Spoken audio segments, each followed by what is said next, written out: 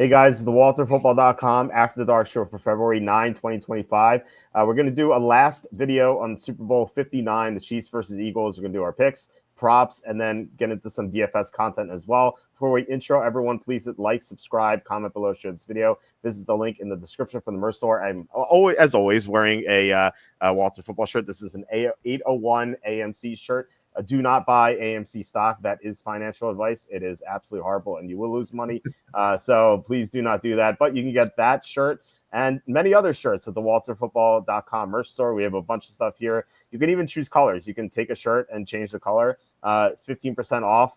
Now, granted, we've had like 25% off in the past, so you should probably wait for that to come back. But if you're shopping for someone's birthday or something, 50% off is not too bad either. So you can do that to help us out. And you can go to Amazon, buy my books. Jerks of the College Years is the most recent one.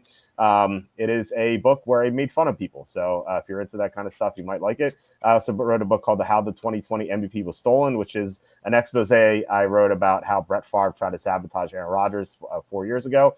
So you can read about that as well. And it also contains the genesis of the nickname No Cookie Jordan Love. So if you're ever wondering about that, that's where it came from. Also, please consider super chats, super stickers. We had a great super chat from John Sanders earlier this week, 411. Last week, we had also John Sanders, Slew, Alan Stafford. Before that, came in Eagle. All you guys have been so great with your contributions. Just really appreciate it. All right, let's go from top to bottom here. We're joined by Butters and Nuggets. Butters, how's it going? It's going good. It's been kind of a weird week. I know you guys know, but my son broke his wrist earlier this week, but he's doing much better. No surgery, just in the card cast. So we had kind of a running joke within our family that who we thought was going to be the first to break a bone. And, well, my son is probably the most cautious, and he's the first one to get the broken bone. So it was kind of funny, but no, he's doing well, and we're not scared anymore. Still being tired parents, but we're doing good. I know all about being a tired parent. I'm glad to hear that your son was able to avoid surgery at least. So that was good news. Nuggets, how's it going? It's going, I tell you. I'm surprised that the Walter merch store does not have a fire Nico Harrison shirt after Luka Doncic trade. Like, I'm shocked that you don't have one yet, because I would be the first one to buy it.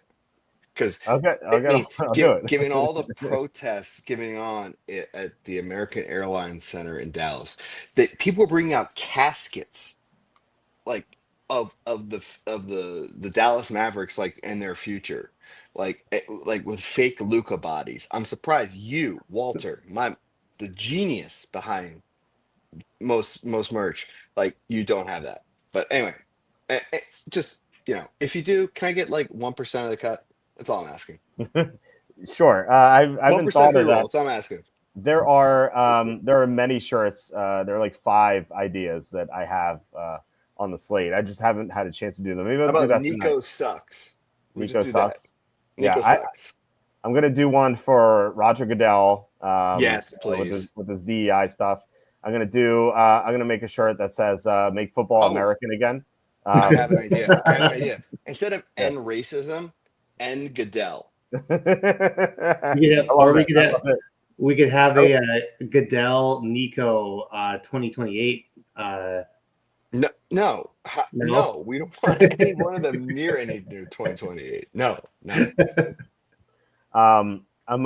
There's one other one. I can't remember. I just had it. I just had it. I'll remember it in a bit. But I do want to. Oh, the Josh Allen over Lamar Jackson stuff. I've gotten so tired of seeing so many Lamar Jackson people on Twitter. They're like, Lamar should have won. Like Josh Allen, the DEI MVP. It's like, okay, just look at the He literally beat all 3 of the other candidates for MVP. Well, okay, did they play Philly? I don't think they played Philly, but No, they didn't. But No. he beat Goff. He beat Mahomes. Mhm. Did he beat Mahomes earlier in the year? Yeah, in the regular season. Yeah, in the regular season. Yeah. And then he beat Lamar Jackson. So, I mean, it's like... The one thing I say about Josh is that, him. like, Josh, for all of his flaws, I mean, like, when he was coming out, like, I used to joke, like, Josh Allen's a joke, right? I mean, like, because Belichick had his number. But I think Josh has figured it out. And the thing about Josh is that, like, if you look at, like, they got rid of Stephon Diggs, and he freaking, like, made the team better Yeah. between Shakir, between Knox, between Kincaid, like James Cook, like Ty Johnson for, like, I mean, Ray Davis even. Like, you give him these it's I hate to say it's Brady like, but it kind of felt Brady like, where he was it felt like the '06 Patriots where Brady had like nobody, David right? Patton, Yeah, Troy David Brown. Patton. Who's the guy that had the big googly eyes that came from San Uh, Diego? I know who you're talking about. I can't remember the name. Yeah, but but But but, but my that's my point. It's like yeah. Brady made them better, and then '07 they reloaded, and what happened happened. You were I talking can about see John that. Gase, were you? Who? Or who was the Jets owner that had the kind of the googly eyes? Oh, no, it was um, Johnson. Oh, okay. Yeah, but no. What I looked at was like, if you looked at that between like Brady won that MVP in '06, right? And then you look at Josh Allen, like, you got rid of your star receiver and you still put up insane numbers with that motley crew of wide receivers. I'm sorry. Like, you give me Zay Flowers, you give me Mark Andrews, you give me Derrick Henry, Isaiah I'm going to win Likely. MVP. Isaiah Isaiah like Likely.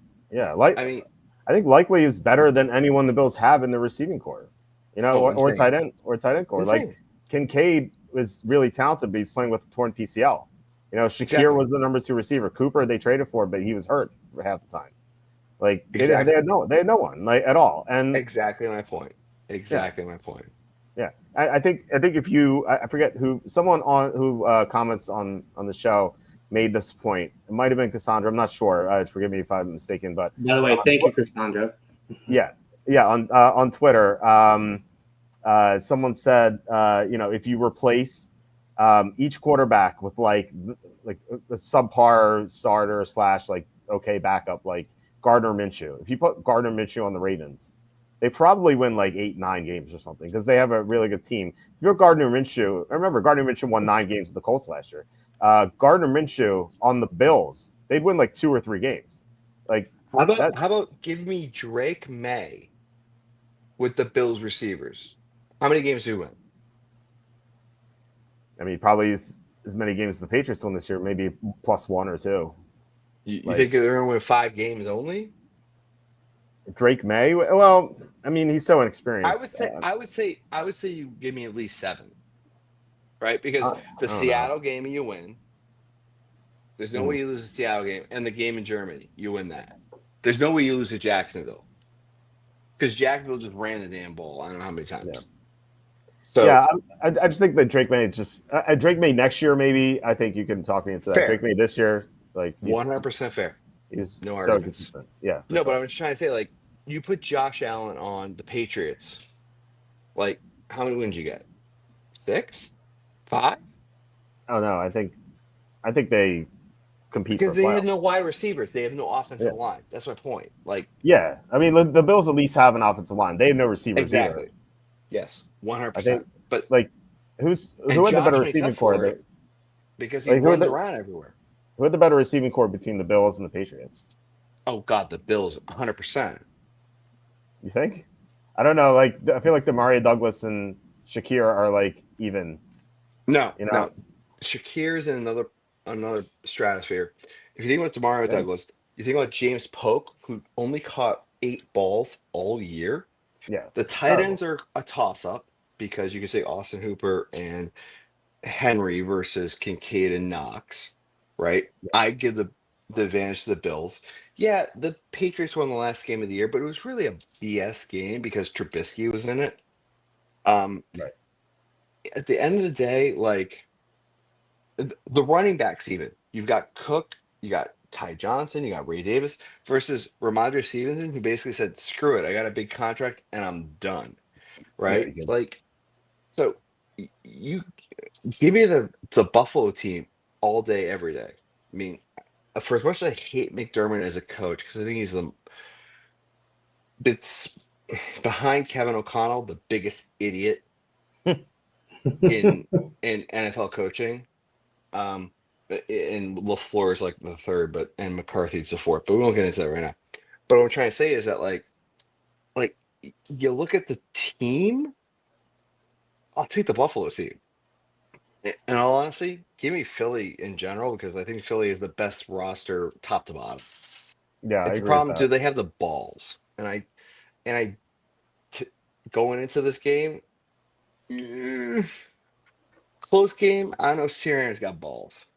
I Yeah. don't know if you got Doug Peterson, Philly special balls. I'll put it that way.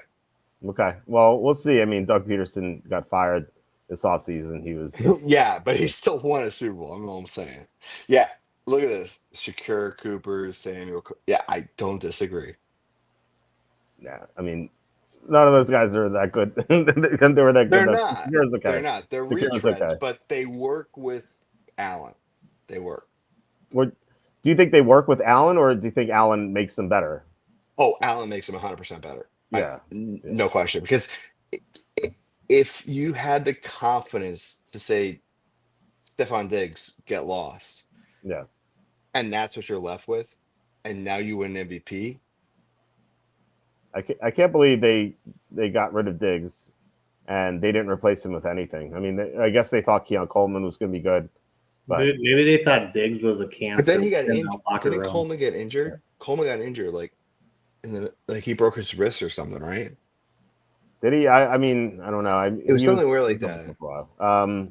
But yeah, I don't know. But no, I mean, even if Diggs was a bad player on the team, like you could at least replace him with something. And I guess they did trade for Cooper. I think they thought they were going to get someone better, and he was hurt like most of the time in Buffalo. So it didn't quite work out. If they had a better receiving core, maybe they would have won the AFC Championship. But then again, they would have had to overcome the officiating, which leads us to this game. We know Ron Torbert's going to be the official, so Who is we'll the see. worst ref of all time? Like him, Torbert, and who's? I think it's gonna sound terrible. I'm gonna be racist.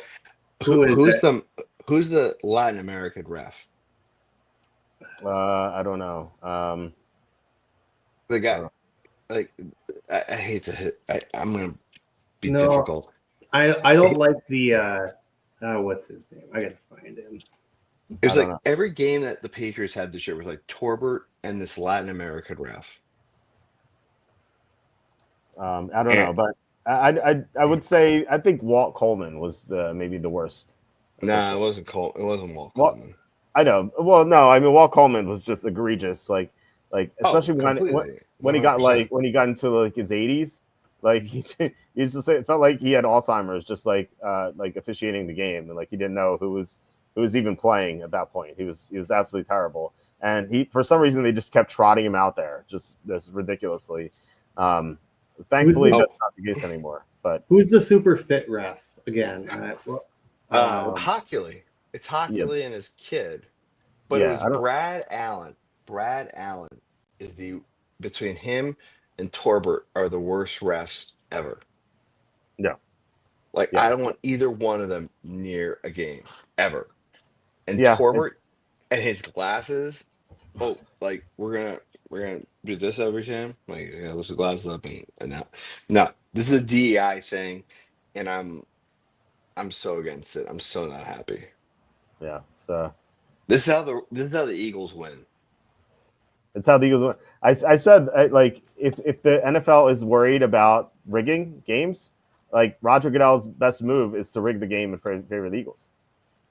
You're not wrong there, sir. Right? That's how they do it. All right. So the spread is either Pick'em or Chiefs -1.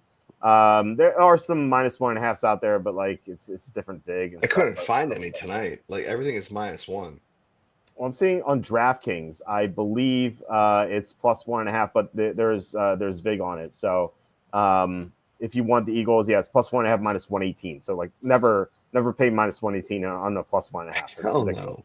Yeah, so you can't find a clean 1.5 out there. So it is Pick'em or 1. I know I heard that the Circa, Jeffrey Benson from the Circa was talking about how someone made a huge bet on the Eagles last night. So that's something to keep in mind. They went to pick them actually because of that. So we saw some sportsbooks follow that. Some sportsbooks stayed at -1. Some went to pick them and then back to 1. I think Hard Rock did that. So it's different. It's either pick them or -1 wherever you look. Like it's probably not that big of a deal, but still you want to get the best line possible. So I've given my spiel on this game all throughout the week. So let's hear some different opinions. You guys know where I am with this. I'm picking the Eagles 23-20. I think the Eagles have a big advantage with their pass rush against the Chiefs offensive line, which has some issues. And I also think Saquon Barkley against Kansas City's run defense, which has been atrocious since December. They allowed 147 rushing yards to 2 Pittsburgh running backs in Week 17, for example. So the Chiefs can be beaten against the run, and Barkley is the one to do it. So I think the Eagles are going to win. So let's go top to bottom again. Butters, where do you stand on this game? My gut feeling is I'm not cheering for the Chiefs, but I have a gut feeling that they're going to win. But not only I don't even think it's going to be a close game. I think they're going to win by like a 10-point spread. Wow. Why is that? They haven't looked like a complete team all year, and it's just, I mean, I am one of these kind of believers that there's something kind of going on with the refs out there. The refs wouldn't come out with a huge statement about that. Oh, we wouldn't rig any games or anything. Like, if you have to come out with a statement like that, you're getting caught with something. Like, if you have to make an actual public statement and then you have to have the NFL Network actually start talking about it and Goodell to actually start talking about it, you're getting caught somehow. So do I believe the whole NFL is rigged? No. Do I believe that there's definitely some favoritism towards the Chiefs? Yes. And I just have this gut feeling that the Chiefs are going to come out and somehow that the game is going to end up with the Chiefs winning by like a 10 or more point spread, just because people want to say like, oh, that's rigged, so we're going to keep it a close game, kind of like what you're saying, or like pick the spread or pick the Eagles to cover. And I'm just like, I just have this gut feeling that they're going to come out and show like, nope, we actually are the best team. And like, no, somehow you're not, but somehow you got that result. Okay, yeah. I mean, if they win like that, it'll be something that they really haven't done all year. I think they beat the Niners by 10. They blew out the Steelers, but like they've had. I reviewed this on Tuesday and Thursday. Like they've had such an easy schedule this year, except for the 2 Bills games. Like they haven't really played anyone.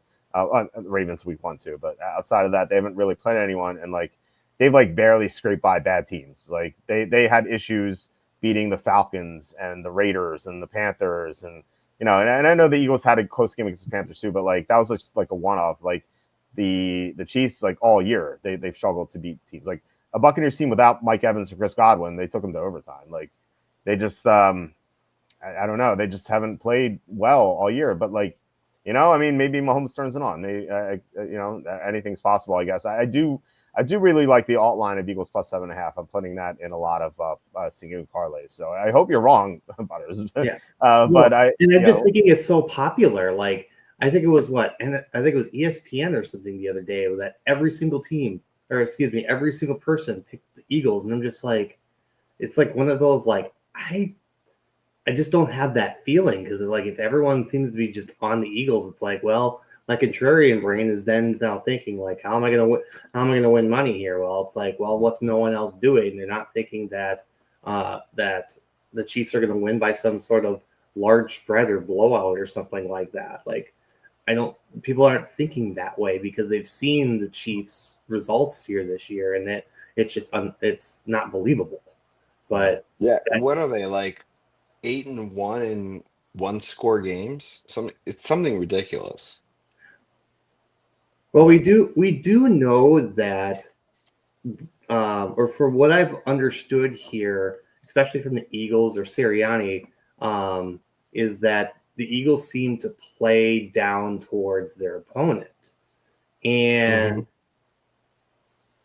Andy Reid is actually such a great coach where it's, what if he understands the script so well, where he understands the script so well with Sirianni, he's just like, I can just turn you into like a monkey bashing the two symbols or whatever, and just make a and just embarrass you. Like I could see Andy Reid doing something like that, like his just bag of tricks. Yeah, I mean, well, look, Andy Reid has extra time to prepare, which is always a good thing for him. You know, he's always done, or not always, but usually he's done well in that situation. All right, Nuggets. Oh wait, so Butters, do you have a final score prediction for this? Or you can think about it. We can get to Nuggets, and then you can come back to it. Do my I think my unofficial score right now would be like, I want to say 30-20. Okay. But I might even consider 30-17. 30. Okay. Let's do a 30-20, but I wouldn't be surprised to see something like a 30-17. Okay, and we have, by the way, Tom, who can't come on tonight. He says Chiefs 26, Eagles 20. If you didn't see that on Twitter. All right, Nuggets. Where do you stand on this game? Honestly, I think Mahomes finds a way, and my final score is 41-38 Oh, Chiefs. high scoring, nice. I mean, if you look at the last, I've been rewatching the last game, right? And it was 38-35, right? Mm-hmm. I just got this weird feeling that like it feels, I hate to say Patriot-esque, but it almost feels that way where it's like you gotta kind of throw the defenses out. Good players are gonna find a way to score. Like I could see Saquon scoring 3 touchdowns and Mahomes throwing 4. Like I could see that with like 2 to Worthy, 1 to Kelsey, and then Kareem Hunt running one in along with Juju, right? Like I Mm-hmm. can see that, right? I mean, granted, Vic Fangio and his defense is known to like be able to be like the Mahomes handcuff guy. I don't know if he's got the guys to do it. Yes, does he have an offense? Does he have a defensive line that can do it? 100%. Jalen Carter, absolute game record. We saw it in every playoff game, even in the regular season. Like I could see that, but then I look at, wait a minute, the quarterbacks they were going up against weren't exactly like world beaters, and I kind of go, well, Mahomes can run around. He's not technically injured. And we're talking about like short passes. So that means Kelsey, that means in cuts to Juju or Worthy. Hell, even like behind the line of scrimmage, toss to Worthy and he just goes. I could see all of that. So I'm erring on the high scoring part of this.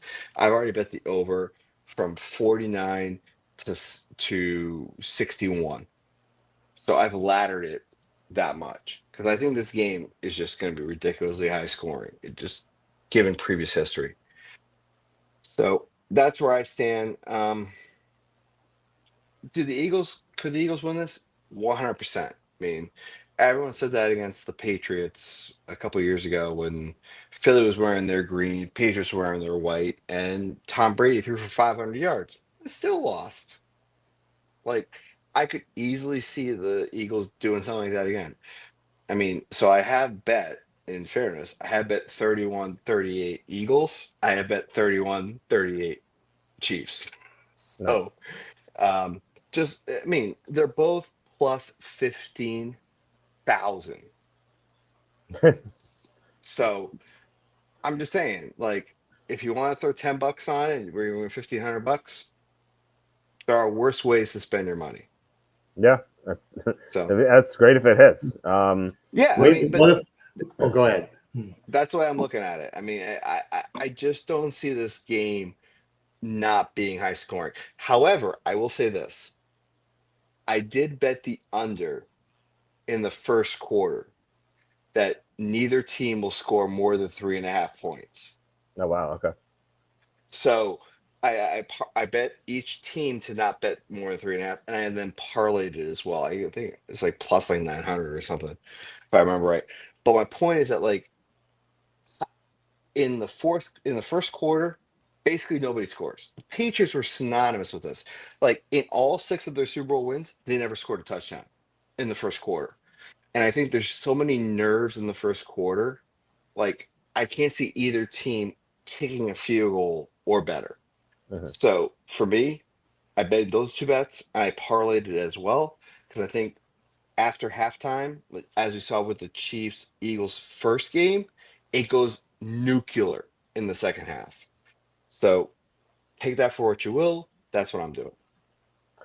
Interesting that you guys are both over here. We've had nothing but under score predictions all week.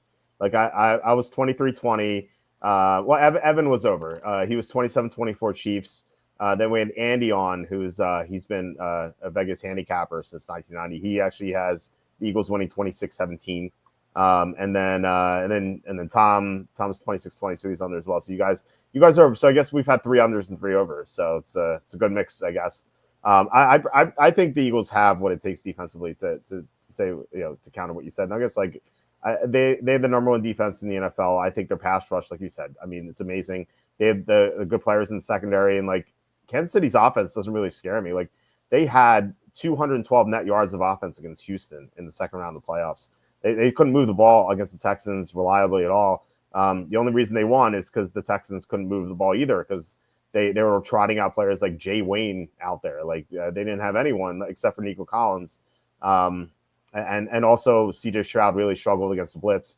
And I think that's like something that's important, how the quarterback handles the blitz against the Chiefs, because they blitz so much. Jalen Hurts is really good against the blitz. His stats barely drop. So I do like that aspect for the Eagles. I personally think that I think there's a chance they go up early. Just because Saquon Barkley is such a game breaker. I could see him ripping off another huge run. Like I said, Kansas City's run defense has been so bad. Against the Seahawks, they allowed 147 rushing yards to their 2 running backs, who aren't like Najee Harris and Jalen Warner are not that good, and they still rushed for 147 yards against the Chiefs. Mixon in the second round of the playoffs had 88 yards on 18 carries. James Cook had 83 yards and 15 or 13 carries. Like I Saquon's going to get 25 plus carries in this game. I just think he's going to have a monster game. And that leads me to the MVP. I think Saquon Barkley is my personal pick to win MVP. Now, I'm the only one on the Eagles here, so it's a little different. Saquon to win MVP is plus 260. I want to get your guys' opinion on this. Instead of betting that, what I did was I parlayed Saquon 110 plus rushing yards with 2 plus touchdowns, which got me to like plus 480 or something. And I think that if he wins MVP, he's going to have that stat line or better. And also, is kind of like goes with what you said, Nuggets. If Saquon has this massive game and Mahomes has an even better game and wins, I'm still going to win the bet. Even though Barkley's not going to MVP, so I like that bet. I get much better number, and I get the possibility of winning even if Barkley doesn't win the MVP. So, what are you guys betting on for MVP? Butters, do you have anything for that? And then Nuggets? Can I jump Butters on this one? Yeah. Because I think Chris Jones was not in the Pittsburgh game, if I remember correctly. That could be correct, but yeah, they struggled against the run outside. I'm not arguing that they struggled against the run. I think they have, but I also think the Chiefs were already up 13-0 in the first quarter. You kind of let them back in, but that game was never really a contest. So I don't disagree with you that I think the Chiefs defense has a problem with the run, but I think in that particular situation, no Chris Jones and the Chiefs are kind of up. They kind of just said F it, So, so that's what it is. So, however, I do have some interesting MVP bets, and I do want the panel's opinion. So I'm looking at Isaiah Worthy at plus 3,000. Xavier Worthy, yeah. I'm looking at AJ Brown plus 3,000. And I'm looking at DeAndre Hopkins. Now, why am I looking at DeAndre Hopkins? It's in New Orleans. His mother's in the stadium. He's never been in a Super Bowl. How else do you want to send off your career by catching 1 or 2 touchdowns against this Eagles defense that can't stop a tall receiver? I don't see it happening. So, at plus 15,000, I mean, I'm willing to make a gamble on that for $10. What So is that the Saquon Barkley prop? no, the Saquon Barkley prop is like plus 230. No, Like for there's a Saquon Barkley prop for him to score 5+ touchdowns for plus oh, 50. that's ridiculous. Like, he's not Yeah, scoring don't do that. five. But But apparently it's I his think the birthday. Eagles defense could score. I think the Eagles as a team could score five. Apparently But it's his birthday tomorrow. there's no way Saquon's scoring five. It's gonna be like 3 to him and 3 to Hurts. And then we're at 30. Hold on. We're at 42 and I'm screwed anyway. Well, let's But hold one second. What are Butters? What are the? Do you know what the odds are in Barkley scoring 5 touchdowns? Because I do remember a running back scoring 5 touchdowns on Kansas City's defense. Now this is 21 years ago, but Clinton Portis scored 5 touchdowns on Kansas City. Clinton It's Saquon. So so DraftKings has Saquon Barkley to score 5+ touchdowns at plus 15,000. Yeah, that sounds about right. Just you want to throw something $10 on it? I don't hate it. I wouldn't go nuts with it, but I think I it's don't the think equivalent of like every team in the 1 p.m. window, each score a touchdown and a Yeah. field goal. Like That's that's the yeah, equivalent of it. Yeah. Look, it could happen. I don't think it will, Oh, but it could No, happen. I mean, Saquon to score 5, then he's default MVP. Right. And even if they lose, he's default MVP. Mm-hmm. Yes. And I think I can't see 5. no, I can't. I mean, look, it's if they play this game 150 times, does he do it once? Maybe. Yes, I don't know. I will agree with him once in 150 times. Hell, Yeah. even Those in are the odds are. 100 times, I'll agree with once. But like that is the most. Like I would say that there's 5 rushing touchdowns, but it's not 5 Saquon rushing touchdowns. Yeah. No, Hurts gets 2 and yeah. Saquon gets 3, or vice versa. Because I mean, hell, the Commanders game, they each got 3. Mm-hmm. Yeah. I think it's possible. You know, like you said, 1 in 150. But if you think it can happen 1 in 100 times, then I think 1 in 150 to 1 is a good bet. Because you know, like how often does it happen? Does it happen like 1 in 80, or at 1 in 90, 1 in 100? Like what is the number? I don't know like how you can quantify it. Maybe I'll ask Grok while you guys are talking. But like I don't know. I do like if you want to have fun with it. It's like a fun $10 bet. Like you know, people bet the lottery. Like you have a better chance of hitting this than the lottery. So, and at least there's some like thought involved to this. You know, whereas like the lottery is like completely random. If we're on Saquon, can I mention some other props I like? Yeah, sure. Okay, so I did like the Giants versus Saquon prop that they were going to mention that Saquon left the Giants or the Giants gave up on Saquon, something of that ilk. And it was over 2.5 mentions at minus 110. I think that's free money. Like, I honestly do. Like, there's no way people are going to be like, oh, well, the Giants gave up on Saquon. All right, there's one. Oh, former Giants running back Saquon. There's 2. Oh, the Giants are regretting that decision. There's 3. Like, I could easily see that happening at minus 110. Like, it just, for me, like, it just feels like free money. The other one, oh, Jason Kelsey taking his shirt off and cheering his brother on is minus 300 right now. They're in the Superdome, so I kind of want to lean like the plus 300 that he's not going to take his shirt off. So there's that, and then my last big. There's 2 other big props. Does it work like if he just goes to the stadium shirtless? So he doesn't take his honestly, off. He's just I don't know the entire time. There, when I was on this, so all these numbers are according to Caesars. I don't know about that part. Good question to ask. I don't know. I will ask my host after this call. So there's 2 other props I like. I like over the national anthem at 119.5. Because I think John Baptiste, he's from New Orleans. There's gonna be an instrument. He's gonna go over 2 minutes. There's no effing way he's not. And it's at -101 right now. So and the last one, technically there's two. It is how many times they're going to mention three-peat, and how many times they're going to mention Pat Riley, Okay. regardless of if the Chiefs do it or not. So to mention a three-peat is 1.5. So I took the over at -110.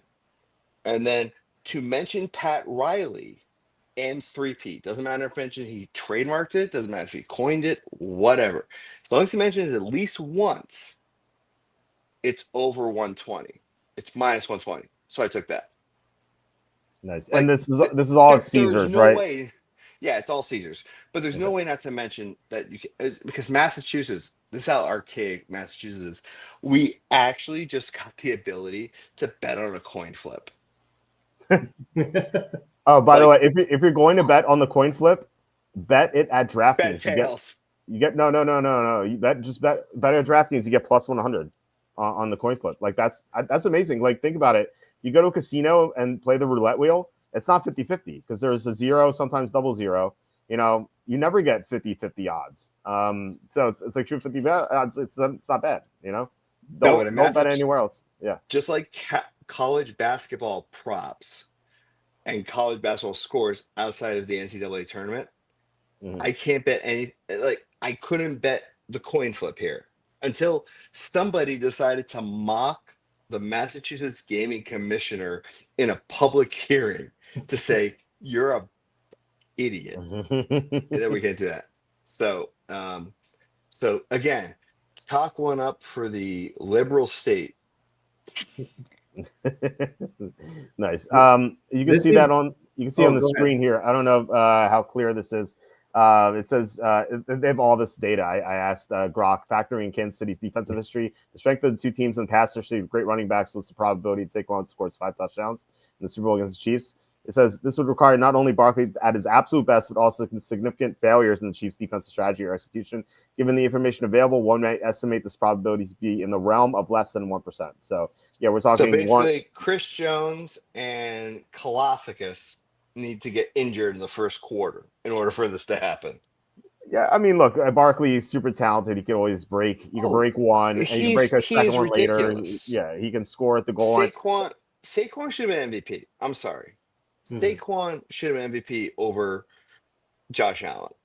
I get QBs You can't get bet all on a the love. non-quarterback nowadays. You can't bet on a non-quarterback because he didn't win MVP. That Yeah, just solidified it. But Yeah, Saquon is, I mean, you could argue Derrick Henry too, but like, It's just a quarterback he- award now. if Saquon got 2,000 yards, he's MVP. Are we? well, he did. He did get. You mean the record, right? The 21-5. Yes. Like, Yes. I can't like Barkley's the best player in the NFL right now. I can't give 100%. but I can't give him MVP because the Eagles got to the Super Bowl 2 years ago with DeAndre Swift and Miles Sanders. Like, I mean, Barkley makes them better for like undoubtedly, but you know, if you take Barkley off this team and replace him with a mediocre running back, like if you just take him off the team and the two running backs are Will Shipley and Kenneth Gainwell, I don't know if they're in the Super Bowl, but they're definitely in the playoffs as and fair. I think they still That's win the fair. division, you know? So, But yeah. do you think the addition of Saquon, like, you basically add a guy with a better line and a better defense that's not the Giants because they suck. All right, let's ask a better question. You put Saquon on the Commanders. Are they in the Super Bowl? I still think the Eagles are a lot better. The Eagles are number one against the run.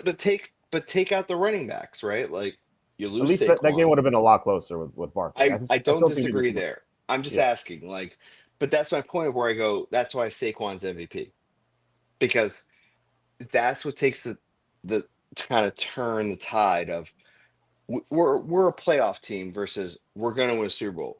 Like Jalen Hurts didn't bring him to the Super Bowl. AJ Brown didn't bring him to the Super Bowl.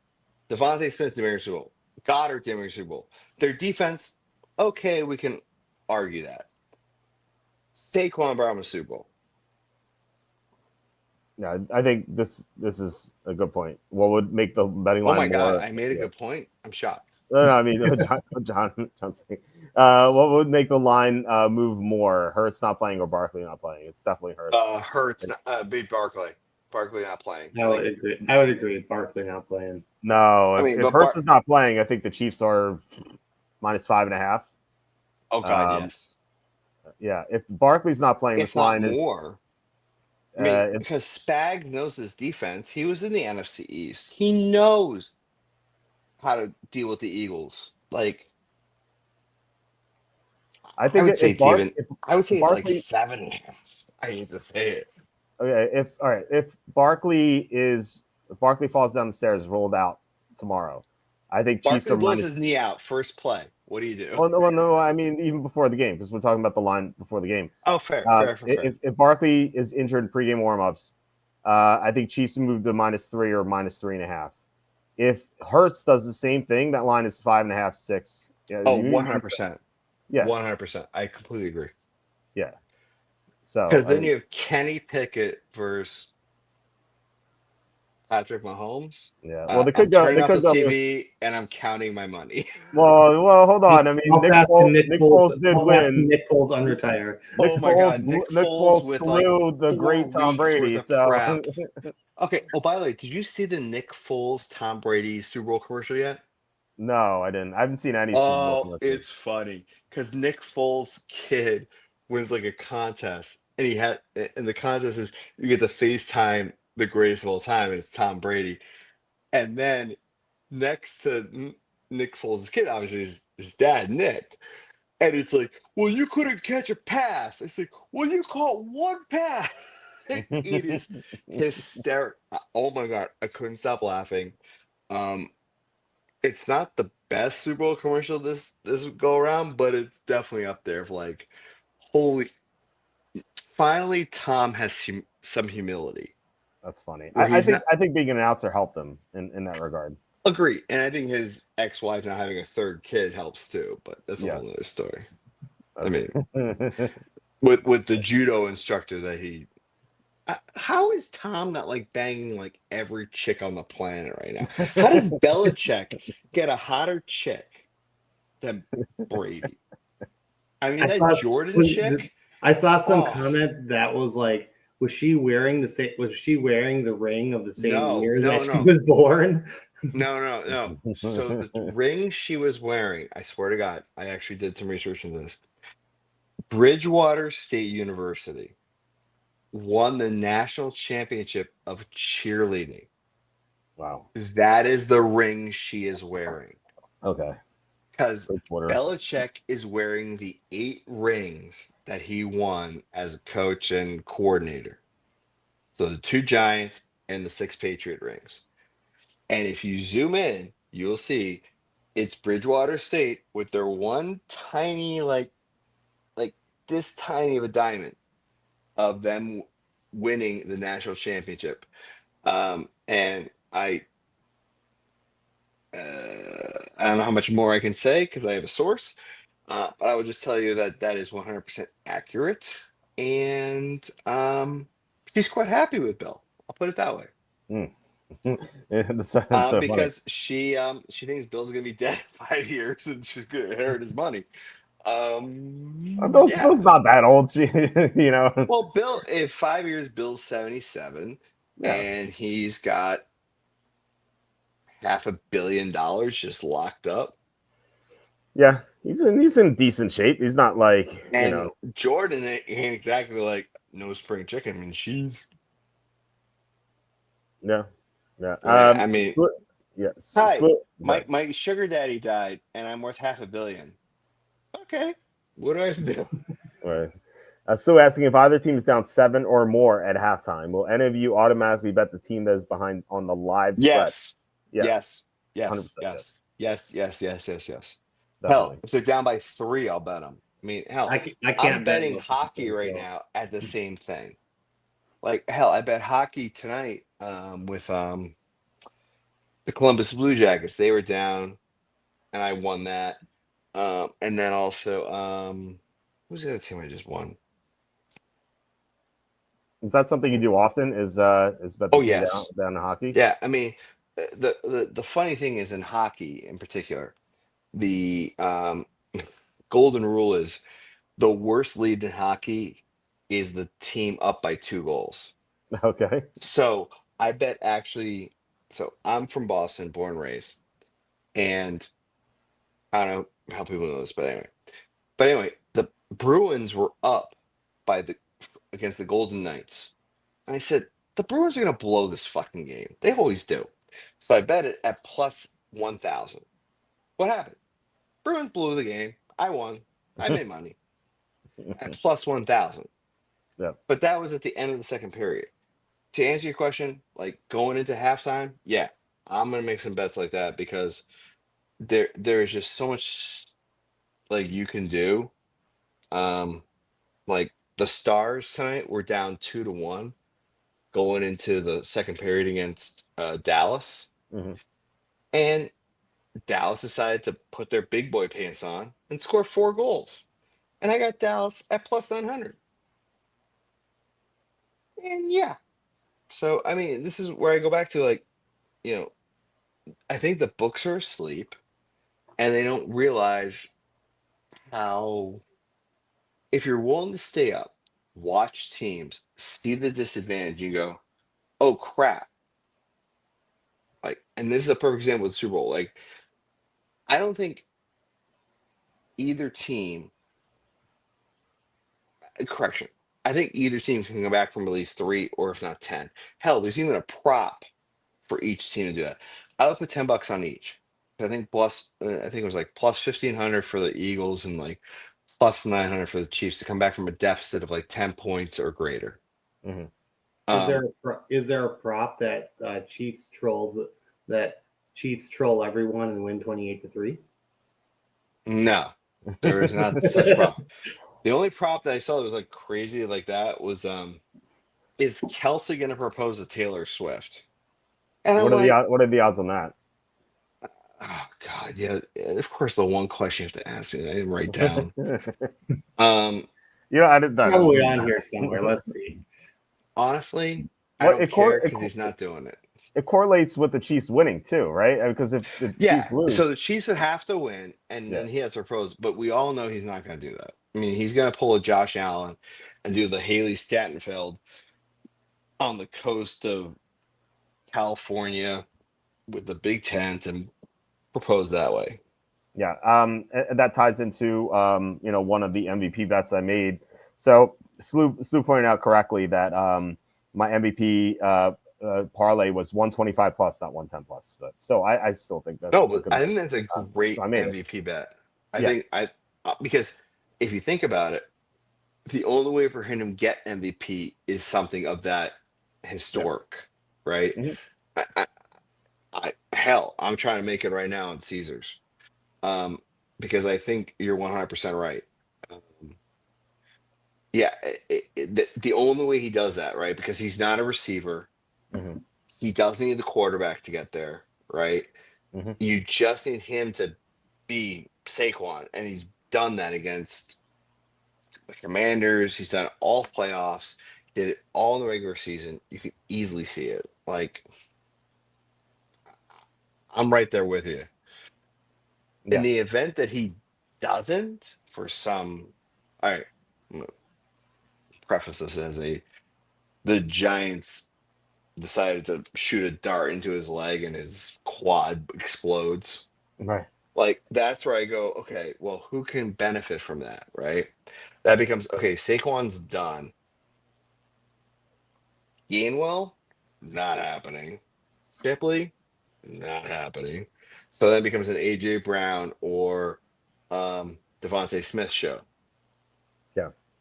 The question is Hurts good enough to make them like I'm thinking like Julian Edelman in Mhm. Super Bowl 53, right? When he won MVP. Mhm. Like Brady didn't win MVP. Julian did. Is there a way for one of those two receivers to get there? I think for like $10, it might be worth it, but anything more than that, I can't see it because like Hurts is going to run around. Hurts is going to try to score touchdowns. So, you kind of have to go for him for MVP, but then, I just don't see like 12 receptions and 150 yards and 2 touchdowns. So like a Smith or an AJ Brown, I just don't see it Yeah, because it it's hurts. you're Like right. It's so hard for I'm receivers not. to win MVP. Am I crazy? I mean, Yeah, unless it's like a you're right. Goddard like catches 2 touchdowns, right? Which could happen, but I'd rather almost bet on a defensive guy catching an interception and running it back. Yeah, I There is mean, there is a couple fun props. Like if you're looking at like there's like a Dallas Goddard. Dallas Goddard has exactly 88 receiving yards. Is like plus 70. Is like plus 7,000. Like some But I weird could things like see that. that with Like him.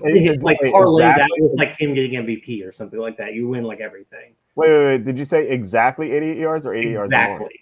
It's plus 7,000 if Dallas Wait, Goddard wait, has wait. exactly There's no 88 over receiving under. yards. Oh no, No, hell with no, you that. can't I do ain't that. doing that. No, you need But you there, need you need 800,000 to one or something like for that to happen. exactly. but Yeah, there's a Kareem Hunt to have exactly 29 rushing yards is plus He's 3,000. I'm he's like, gonna I have could more than see that. that actually happening. yeah, but No, it's like you're if you betting get 30 basically their years, jersey numbers. Like, no, yeah. Kareem Hunt's gonna have a lot more than 29 rushing yards. I I almost mean, guarantee you. if you get 30, if he gets 30 or 28, how tilted are you going to be? Like Oh yeah, that's insane. like you're gonna be throwing your like Yeah, phone through the damn TV.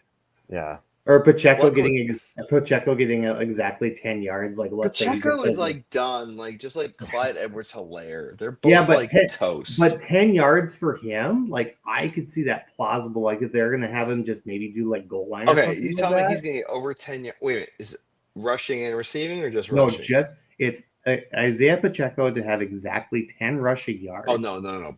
is plus 25. No. Is plus No. 2,500. That's I not enough. have a Mahomes for over 4.5 rushing attempts. That's good. For what are the odds on that? Yeah, it's minus 105. Oh, that's a great number. I know it is. That's why I kneel grabbed it. down. Kneel downs count too. 2 kneel downs. I mean, figure you're gonna kneel down at least once, if not twice, in the first half. At the end of the game, hopefully, and then you're gonna at least you're gonna be swarmed by the Philly D, and you're gonna at least make 1 or 2 rushes there. So at Yeah. 4.5, I was like, that's stupid money. I like free money, so I took it. I think there's a good chance Mahomes leads the Chiefs in rushing. The I Chiefs, wouldn't disagree there because I think Pacheco and I think Hunt is. It's almost like catch me if I'm wrong here, Walter, but I feel like I'm watching the Cleveland offense sometimes because it's just like they run into a brick wall and they just don't care. Mhm. Like whether it's Hunt, whether it's Clyde Edwards-Helaire, Pacheco, they literally just run into the frickin' and they don't make any adjustments. Like if they catch the ball, that yeah, they make adjustments.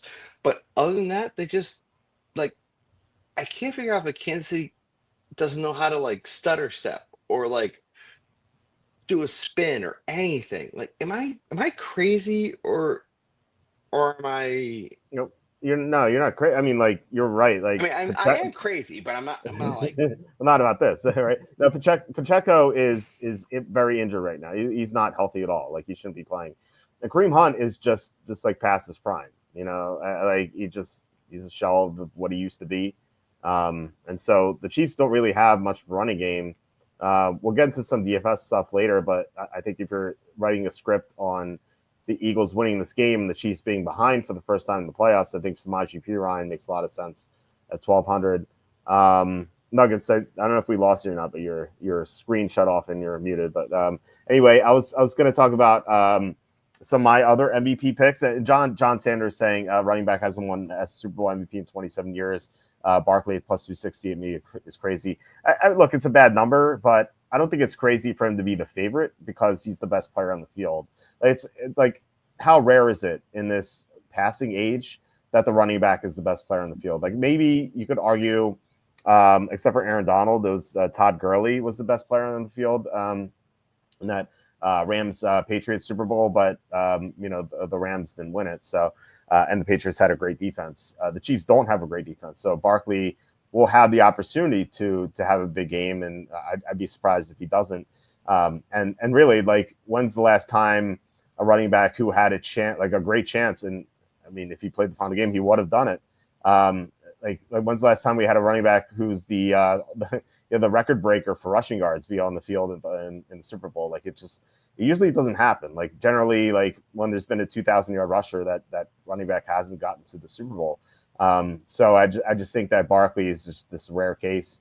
I mean, I guess just look at the past Super Bowls in the past 27 years. Like when has there been a running back as great as Barkley on the field? Like it's hard to say how often it's happened. Like, yeah, I mentioned Gurley and stuff, but yeah, I don't know.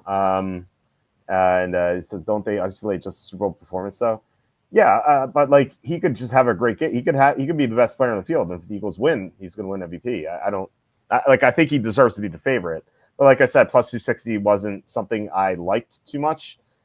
So that's why I did that parlay, the 125 plus and the 2+ touchdowns. It could even just be possible that, like Jalen Hurts just rushes it in because I mean the tush push is just so effective that it's like, I mean, stick to your element sort of thing. I mean, if you get that, if you have that opportunity, I mean, you have the tush push has been much better than just Saquon running it in. So why not just do what is going to win you the game? Oh yeah, 100%. I mean, look, that's the foil to Barkley winning MVP. It's Hurts taking all the rushing touchdowns from the one, which like he's actually done that a lot this year. Barkley led the NFL in being tackled at the 1 yard line. So like as great as he was this year, like he could have been even better statistically, which is like kind of crazy to think about. But so sorry, I had to run off because unless you wanted some other weird co-hosts, I had to put them back to bed. Okay.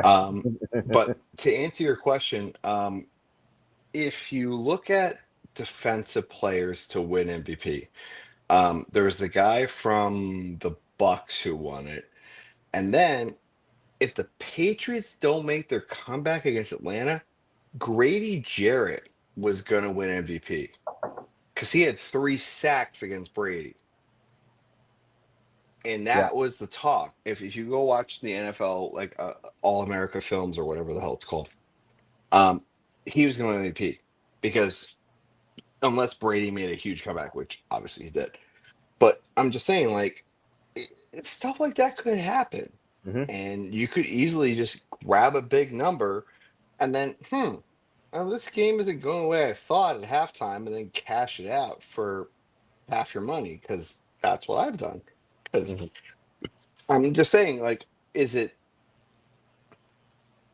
the optimal script? No, but there's opportunities for you to bail out and still be profitable.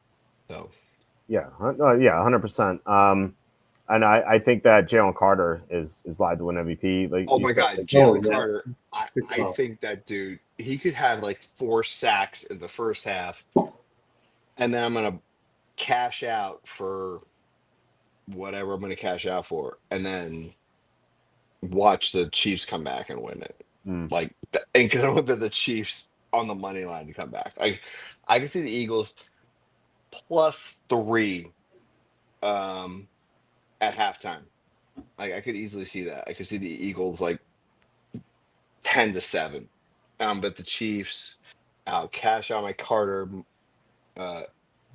MVP, and whoever the Chiefs is throwing to is home, and I bet for MVP because it's either gonna be Juju, it's gonna be Worthy, or it's gonna be DeAndre. It's not gonna be like a Justin Watson or Noah Gray, and I'm not taking Kelsey because his dumbass will do something stupid like Mark Andrews. So I took Kelsey because like I think if this game is rigged, fair. That's fair. That's fair. the narrative, right? He wins That's MVP, fair. then proposes to Taylor Swift, and they have this great marriage. I'm sure they love each other. You know what? Shit, now I need to. This is why I love coming out with Walter, because he's like, if you believe there's a rigging, just bet the rigging, you idiot. Oh, I just thought of a prop that I'm surprised, like, Oh God, Butters thought of something. This is yes. an original. Well, so because DraftKings, Sorry, Walt. I knew you'd love that. well, DraftKings has all these jersey props, and one of them I'm actually surprised that they didn't have was a Jalen Hurts receiving touchdown or just a one reception. No, they have it. They have. Which will one quarterback receive a touchdown? Okay, but they don't have it Or will a specifically fat Jalen. guy get a pick? Oh, okay, fine. You know, us fat guys, we like receiving touchdowns. Yeah, absolutely. But I could see either one happening. But the odds aren't like, I'm not going to put big money on it. I'll throw like $10 on it. I'm not going to throw like $1,000 on it. Like, I see more of like Andy Reid playing more of his like bag of tricks than Sirianni. Yeah, but 2 weeks. I don't disagree there. For as much as I look at the Patriots, I now keep going back to the Patriots Eagles Super Bowl. And the only reason I do that is because you look at the teams, you look at like composure. Like the only team wearing green won that year, even though we didn't play Malcolm Butler. And it's a totally different coach. But does Sirianni have the balls to do something like a Philly special? I don't think he does. I don't think so. Andy Reid, I think does. Yeah, I agree with that. By the way, I'm not Jalen crazy, Carter, right? I think you're right. Jalen Carter, 100-1 to win Yeah. MVP on FanDuel. Yeah. Another defense player like Zach Bond is a guy who makes a lot of plays, like a lot of plays. He could be. Like, we've seen a lot of linebackers win MVP. Cooper DeJong. He's He's plus 200-1. Yeah, But on 200-1. DK and Caesars, he's listed less. Hold on, let me pull it up. It's like insanely lower. And I'm like, how is Cooper that low? Yeah, this is why you have to have multiple sports books to shop around. It's so important to do that. Cooper was stupid low. And I was like, to be MVP? Okay, so Cooper was, I'm pulling up right now. So who? Cooper is, go ahead. Cooper is plus 15,000-1 right now. Okay. That's a 5,000 swing. Yeah. What about Leo Chanel? Chanel number 5 is where is he? He's 750-1. Okay. I'm looking right He's now. had big games before too. Yeah. Like if he got like 3 sacks and they do the 10-point spread or more, like I'm thinking of, like anyone that's got Caesars, he's not sacks, even I listed. can see it. Will Shipley is listed as 75,000. Yeah, though that went away with Gainwell coming off concussion, but Exactly. Actually, question: Gainwell is 50,000. He isn't like, we're gonna tie this into DraftKings. Like, he hasn't had double-digit DK points all year. Like, I don't disagree. I'm just throwing it out there. Yeah. Juju's plus 15. Noah Gray. Okay. If you're talking, all right, hear me out. I might be crazy. Vic Fangio is all about keeping it in front, right? Mhm. Short passes, quick passes, right? Like he's a pressuring defense. If Kelsey's gonna be covered extensively, Reed's gonna say, okay, we're gonna do 2 tight ends, 2 wide receivers, and a running back. No fullback, right? Mhm. Which means Noah Gray kind of gets left out in the ether, if you will. Noah Gray at plus 20,000, Super Bowl MVP. Well, you got 35,000 here. Yeah, but you make 5 grabs, 2 touchdowns, because he has scored 2 touchdowns in a game this year. Mm-hmm. You could see something like that be an MVP because Mahomes only throws 2 touchdowns, period. Maybe Pacheco or Hunt runs 1 in. Saquon runs his 2 in. Am I nuts to like this? I think for that to win, you would have to have someone else throw a touchdown to him. Like we saw that in the Super Bowl 2 years ago or 3 years ago. when as P. Ryan threw the touchdown. I believe it was P. Ryan Yeah. to T. Higgins. Mhm. And like Higgins to start the third quarter, because like he had that touchdown, and to start the third quarter, he made that huge play. And I actually had a long shot MVP on Higgins, and I was thrilled, and I was actually like in 8th place of the DraftKings showdown, because like one of my lineups is like a Bengals onslaught, and it was winning, and then like that like min cash toward the end, and like obviously Higgins didn't win. But, like that's the formula for these guys to win, because like usually, I mean, if Gray catches 2 touchdowns, like Mahomes will have the 2 touchdowns, and like generally, like Mahomes is going to do other stuff. He's going to run, like he's going to pass, like maybe he throws another touchdown. But like if his only 2 touchdowns are to Gray, like I think that if Gray catches like the game-winning touchdown in the final second, that could be it. But then again, that's like where my head's at. Mahomes drove them down the field. So unless But like Mahomes Gray, ain't throwing to Gray to win the game. Like he's gonna throw to right, Kelsey. right. He's gonna throw to he's gonna throw to Maybe Hopkins. He's gonna throw to Worthy. He's gonna hell. I hate to say this. He's gonna throw to Juju over Gray, or hell, even Justin Watson. Like you could just see that, right? So I like it as a sprinkle. I'm not like committing my mortgage to it. It's just something that I was like between the 2 books between FanDuel and Caesars. I was like, that's a huge discrepancy. What do you think about this strategy? John says, I always put $5 on both backup quarterbacks at 250 to 1. Oh jeez. I've lost every year, but there's a chance the quarterback gets hurt early in the first quarter. I was okay. waiting for myself to have this Wentz conversation. In fairness, I've done the same thing to bet overtime every year Yeah. for the last 25 years. It's only hit once with the Patriots, but I bet it every year. And I'm betting it this year at plus 900 because I honestly think this game might go in overtime, and that's why I have such a high scoring game. And Okay. I don't know who's gonna win, because I have somebody winning by a last second field goal in overtime at 41-38, and I bet both teams to do that. So I What if got plus. what if one team only scores by field goals? I mean, we've never seen the field So goal. it's funny you mention that We've because never seen the field goal Super Bowl. so it's funny you mention that because somebody actually won a good handicapper. I bet I know he is betting just the kickers to win MVP. And he said, listen, this game could be a Patriots Super Bowl where it's not 16-3, right? It's like 12-9, right? So bet both kickers, and there you go. Man, And by the way, you're in a dome. Hello. Right. I mean, you don't have to worry about wind or conditions or anything. So the question is Jake Elliott like mentally there? I think And he's brains I mean, fried or something.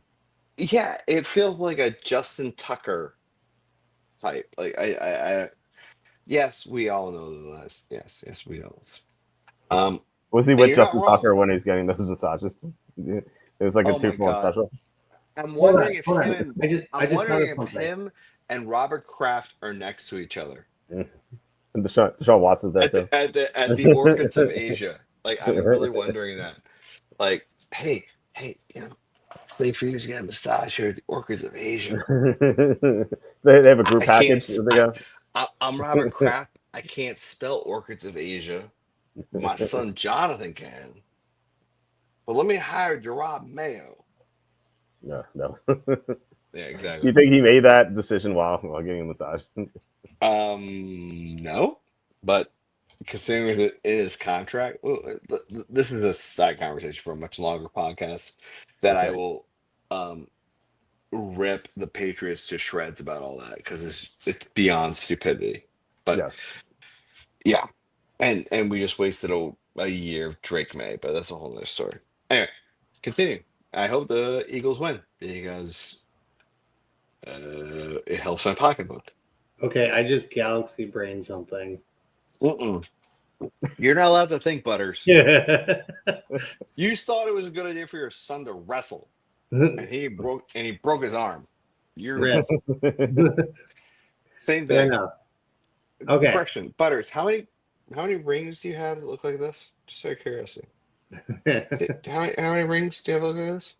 Yeah. I Exactly. get it. Yeah. Okay. So, What Walter, as what'd you you were come up with? speaking, Okay, I'm gonna galaxy brain something because I I something couldn't popped read in my head.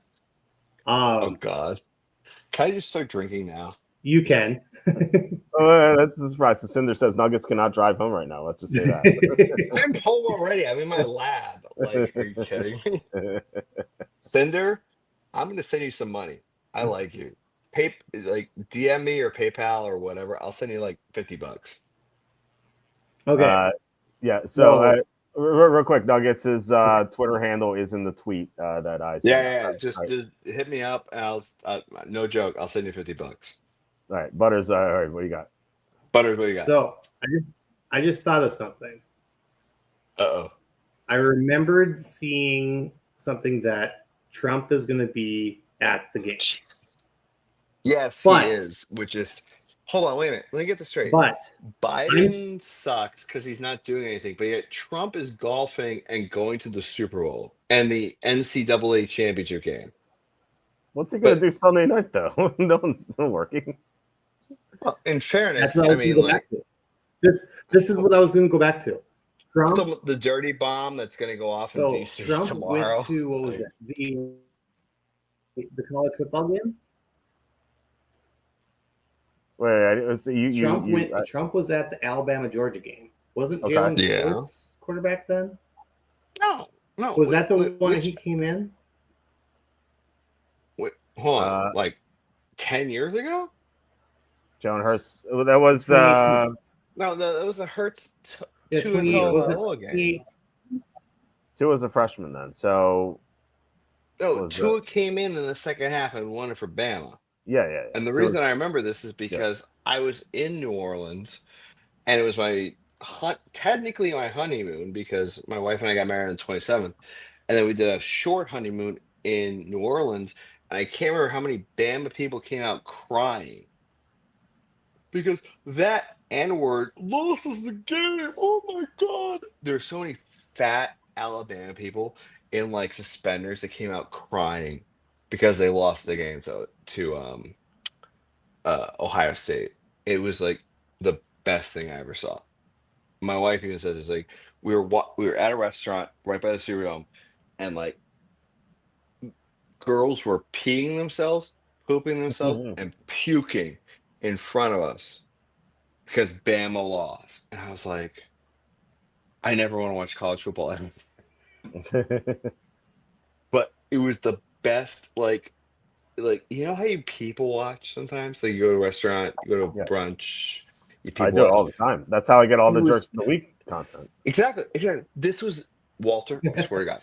This was like your Super Bowl of like the people like people wearing no shirt, suspenders, and overalls and throwing their guts up on the street. Because Saban made us lose to a like it was ridiculous. Oh my God. Yeah. Saquon birthday, blah blah blah. Yeah, we've seen this. You're not wrong, Al. I actually agree with you, but I have like 17 Super Bowl MVP bets right now. So I'm interested to hear what they are. My three are Saquon's Barkley, obviously Kelsey, one of Jalen them. I mean, Yeah. Okay.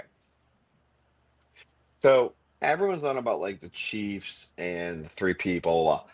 So the natural inclination is to go the other side, right? Like Philly. And oh, by the way, Philly beat the shit out of the Patriots, right? So I'm kind of like, is this a Patriots Chiefs type Super Bowl where like the Giants basically beat the shit out of the Patriots, right? Because just the defensive line of the Eagles is ridiculous. Mhm. And I don't know if the Chiefs offensive line can keep up, especially with the guy who like commits so many false start penalties. They're right tackle, whatever his name is. Twan Taylor. Yeah, he like literally starts to play like a second and a half before everybody else. Yeah. Am I crazy? No. Yeah, but that's my point. Is that like, I it's got that weird feeling of like, because the Patriots got away with a lot of that shit, right? But when they bet the Giants in the Super Bowl, like the Giants knew their stuff, and Spags knows their stuff. So, kind of like, I think the Eagles might win this game. I really do. Like, I think they're the better team. I think they're better at every position except for roster quarterback and wise, kicker. 100%. Yeah. 100%. I think they're the better team. Now, can Hurts kind of swallow his pride and let the team win? I mean, we saw AJ Brown with the book on the sideline. We saw also like, I know Mahomes can swallow his pride because I've seen it. I just don't know if Hurts can, and that's I think what's going to come down to. Like, because Hurts said something like a week ago or maybe 2 weeks ago. He was so proud to be out of the straitjacket. Like, what do you mean you're out of the straitjacket? You're the quarterback. Like, Right. what are we doing here? So I just now my wife is threatening to. Yeah, well, come downstairs, show everybody. All right. Butters, I didn't get what your Galaxy Brain thing was. You cut out. So I didn't hear you. My Galaxy Sorry, I Brain. apologize. I cut That's off. okay. My Galaxy Brain was like Trump was at the Alabama Georgia game for the national championship game, so I was very curious to look back at like the stats and what happened with all that game. Like, of course, like Jalen Hurts sucked in that game, and Tua came in and won for that game. But like, I don't know. We just have so many players from those two teams that are playing in this game too. So it also kind of made me kind of think of like, okay, what if I'm Galaxy branding something here? Like, what if Jalen Hurts like sucks in this game? But obviously, we're not. It's not going to be Wentz going to come, or it's going to be Kenny Pickett or something coming in. But like, what if there is some like things that like Vonta Smith had one reception for 41 yards and a touchdown. Like, okay, he gets there for one touchdown, or I don't know. I'm just trying to think of like, does Trump being there have some sort of impact like it did back in 2018? Like, just a random Galaxy thing. Hey, we got a they're on mute. Oh, Butters signed off. I don't know if Butters is gone for good. I don't know if anyone saw that, but I think the wife was angry at Nuggets being on. We'll see if he comes back. So I think we ran through our MVP stuff. You know, I have a couple of other prop bets on the site as well. We can get into that more, but you know, I wanted to get it. We're in the second hour of this. I wanted to get into the DraftKings stuff. I know you're an avid DraftKings player. How are you playing this slate? Are you doing 150? Are you doing single entry? Like, what are you doing for this? I only have a single entry right now. I might bring in like a couple more here and there just to kind of finalize my finalize this season. I mean, when it comes to showdown, especially when it comes to like the Super Bowl, I mean, you can get a little cute, but don't worry about ownership. Just play the best plays. Play your angle. If you've got a Galaxy Brain, a couple ideas, like a Galaxy Brain sort of thing, maybe play a couple of those, but it's the biggest game. The best players are going to be on the field. Maybe they'll have some design plays, like I said earlier, like Andy Reid might get out his bag of tricks. So, like, okay, who do you believe might get a bag of tricks play? Will he score, sort of thing? But don't play too much of that. Just kind of play your best kind of plays there, sort of thing. Like, I see that Juju might be pretty popular down at what 2,000 is he at? Yes. Yeah, I think he's going to be a pretty popular play. Yeah. We talked about this on Thursday. I think like the projected ownership on Juju was like 33% or something, according to Line Star. And like he doesn't need much. He get like 2 catches for like 40 yards. He gets there. I don't see. I hate Juju in this contest. I'd rather lose my money than play Juju. Honestly, I totally get that. What? And I totally get that. I think he's the worst play on the slate. Honestly, like he had done nothing until the AFC Championship. Between that Saints Monday night game and last week's game, he had done nothing. Let's pull up the stats, so people know that I'm not talking out of my butt here. So Juju. Oh, that's Captain Bryson. I was like, where is Juju? Yeah, he is an even 2,000. That stat here, he caught only 2 passes, right? And yeah, like a 31 yarder and 29 yarder. So he made 2 big plays. Everyone saw that. They're going to want to play him, especially because 2,000 makes everything work here. You want to get to the expensive guys. The only reason he had those 2 big plays is because the Bills lost their one of their corners during the first quarter. And they were also without another safety. So, like, they had issues with the receivers. This is a much tougher matchup. The Eagles secondary is amazing. And look at what he's done before this 8.0. 0, 1.4, 3.8, 0. He had a 7.7, 5.12, 1.6. None of this is going to cut it. Like, none of this is going to win you the slate. Even at 2,000, if he gets this next best result, 7.7, I don't think it's enough. I think that someone around this range could outscore him. It could be Gray at 2,800. I think he has a better chance of outscoring him. I think Gainwell has a decent chance of outscoring him. The Chiefs defense, I think P. Ryan has a good chance of outscoring him. Calcaterra, if he catches a touchdown, he outscores him. Like, there's so many guys I'd rather play than Juju, or like I think are even to Juju. I think and given his ownership, like if you pay Juju, you eliminate a third of the field. Like that's where I stand with Juju.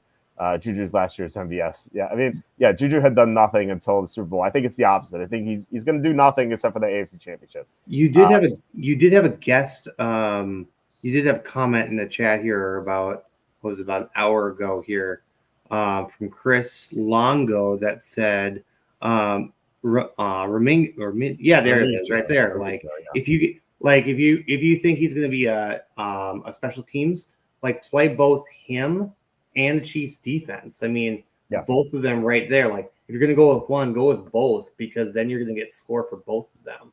And then you're immediately different from the field. Oh yeah, 100%.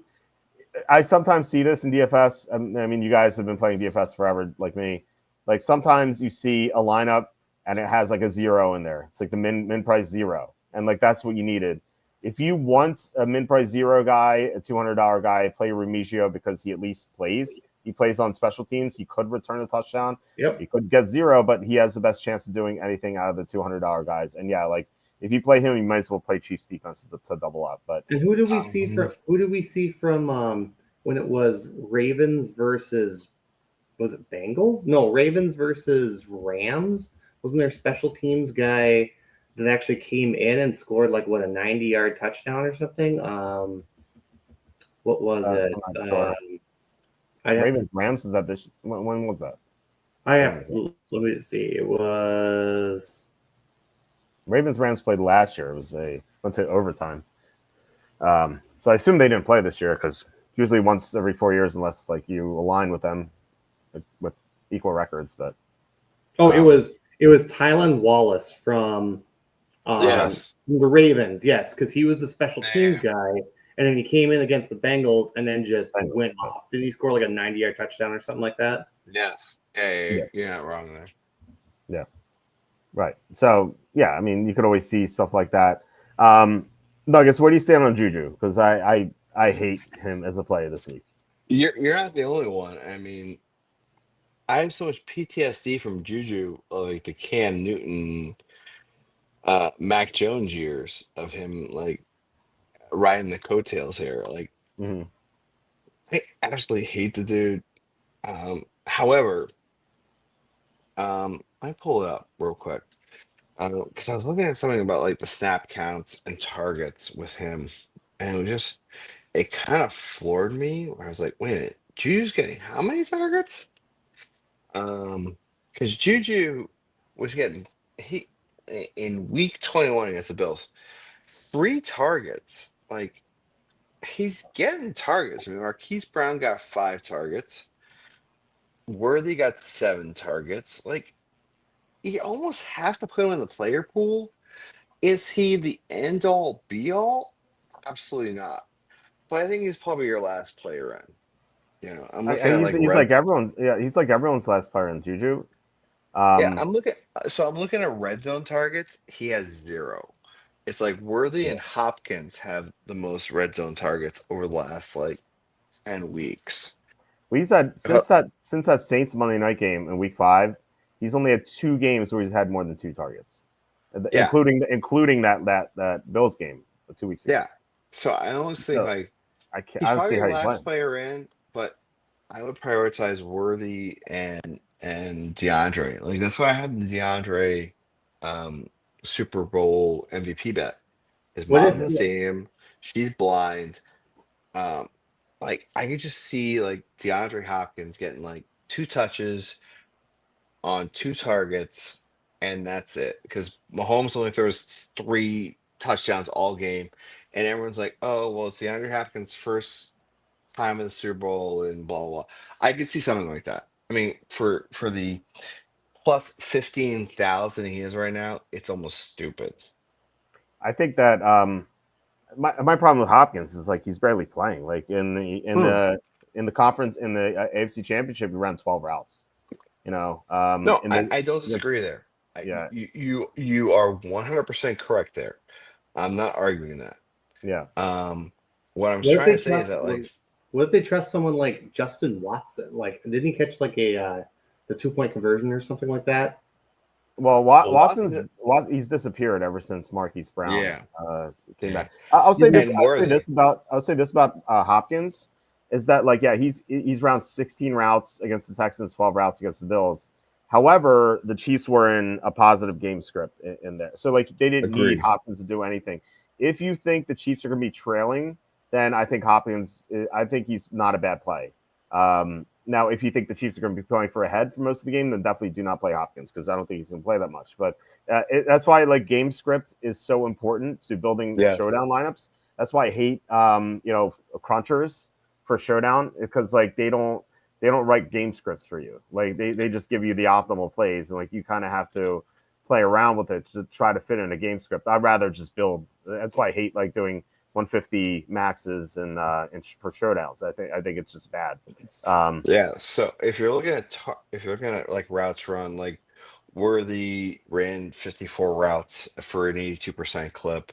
If yeah. you're looking at Marquise Brown, he ran 43 routes at a 65% clip.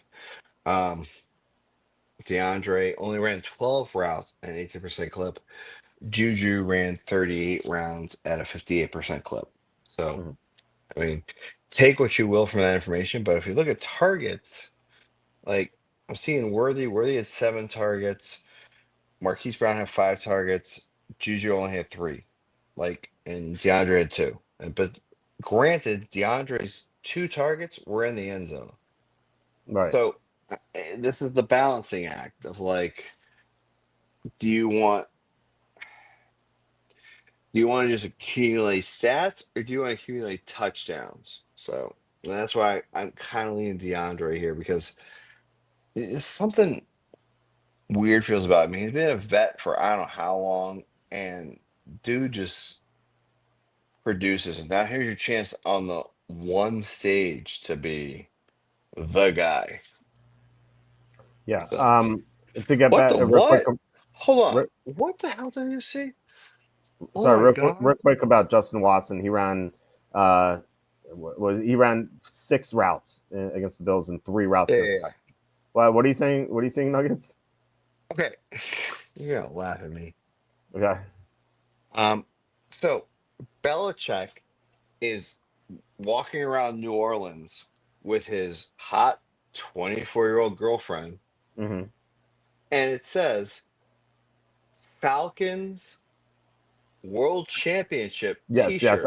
I saw that. I saw that. That was And I funny. went, It's a great troll. what the like I- like this is the ultimate troll job Yes. or oh my, That's great. I love that. I love that idea. It's like print shirts of like the losing Super Bowls in close games. I just need to drink better alcohol. That's what it boils down to. Like, I can't pretend that I saw that, but I also can't be like, what the hell did I just see? Yes, Well, that was. I did have an idea for a shirt for you. You can put a picture of No, Fat Luca. it You says can, fire Goodell and fire Williams. oh, I was gonna say you can put a Fire picture you. of Fat Luca on the on the shirt. The problem is he's not fat. Like everyone has seen that he's not fat. Yes. Okay. So, all right. So, what do you guys? Who do you guys like? We talked about the Chiefs receivers. What do you guys like here? Like, how are you starting your DraftKings lineup? Like Butters, you said you only have one. You only have one entry so far. I'm going to be playing the three max. I have two written up already, so I'm going to do a third one tonight. How would you start this?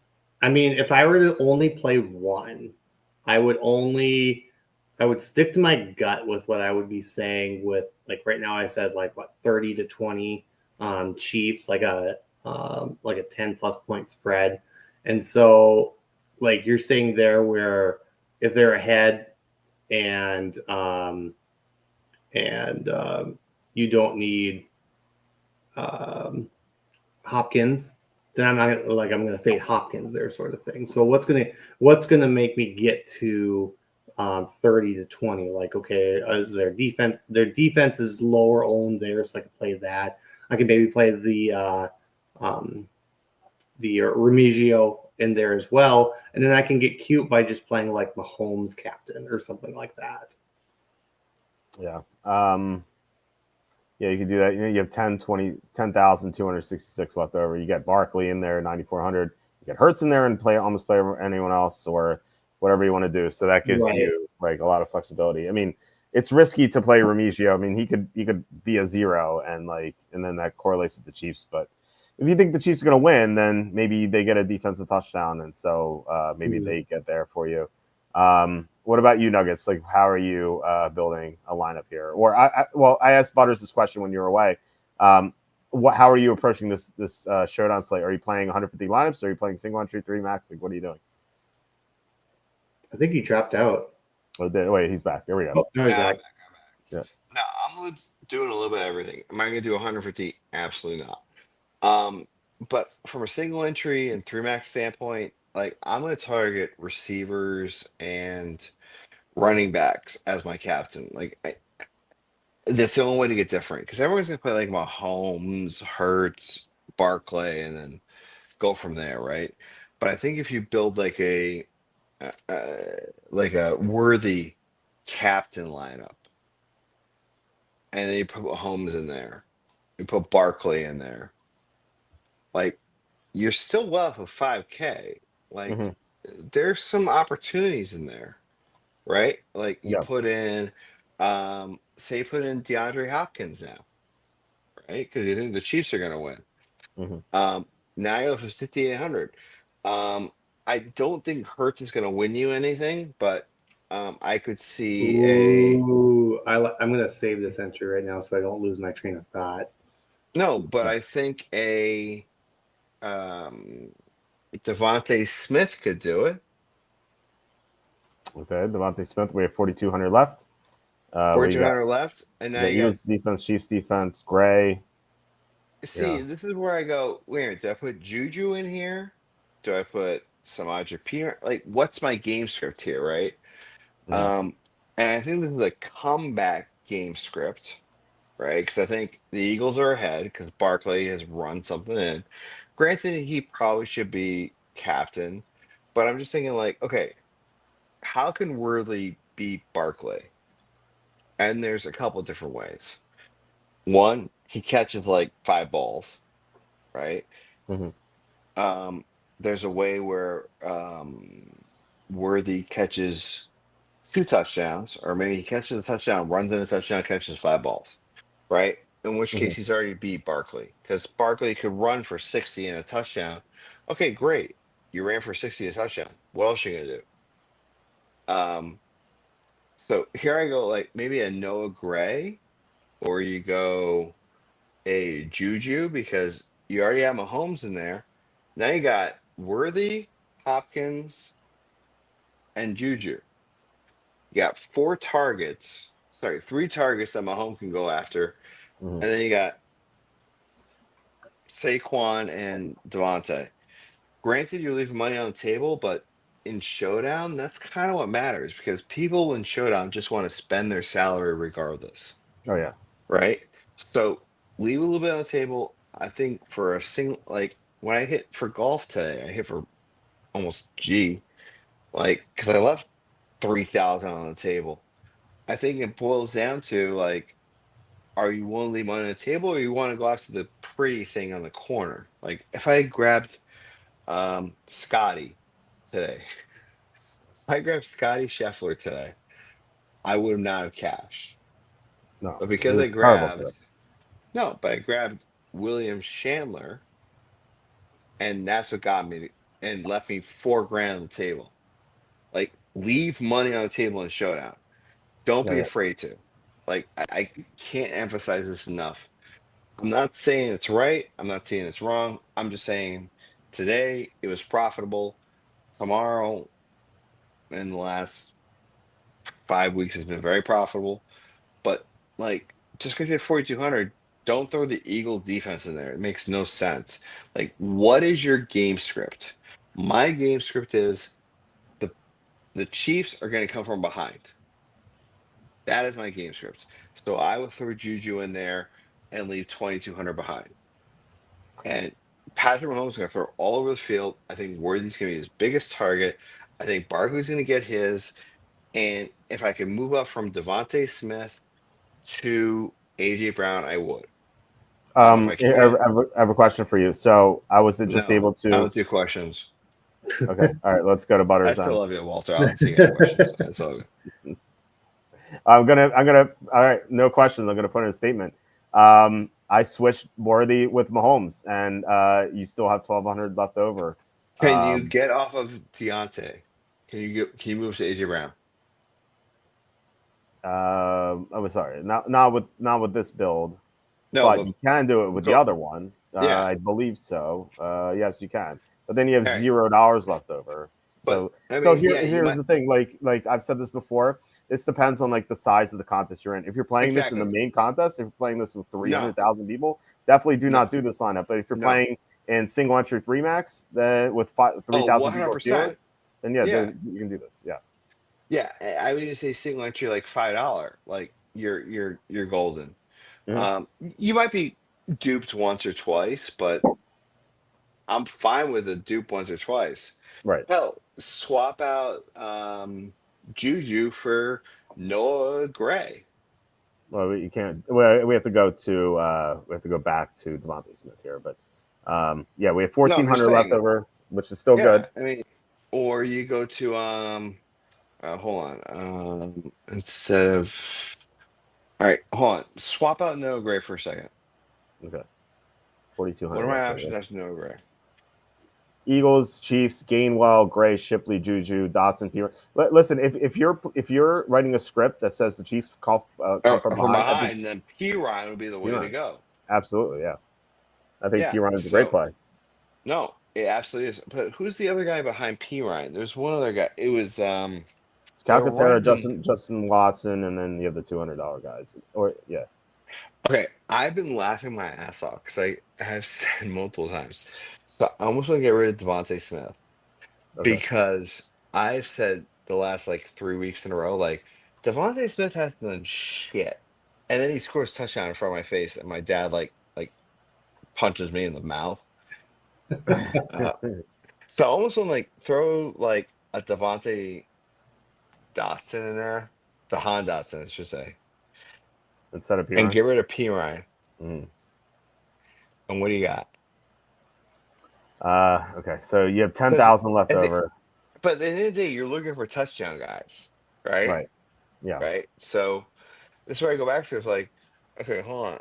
Kelsey befits that build. Um, Mhm.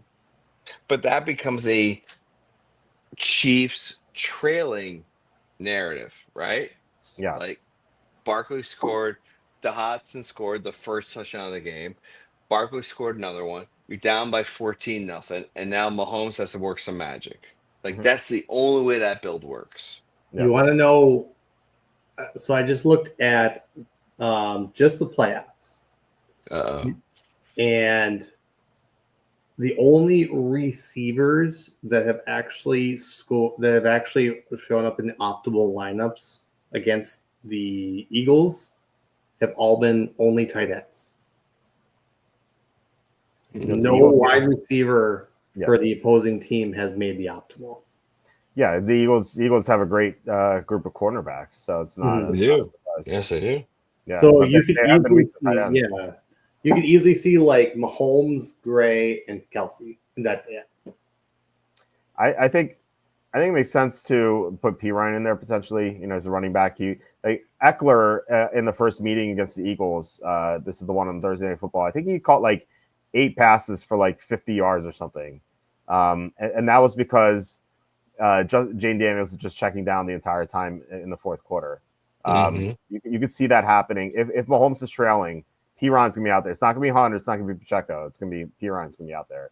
So that's why building to a game script is so important. If you think it's gonna be a back and forth even game, don't put in P. Ryan. If you think the Chiefs are gonna be ahead, don't put in P. Ryan. But if you think Chiefs are gonna be ahead, I think you put in Hunt at that point. But it just depends on how you think the game's gonna go.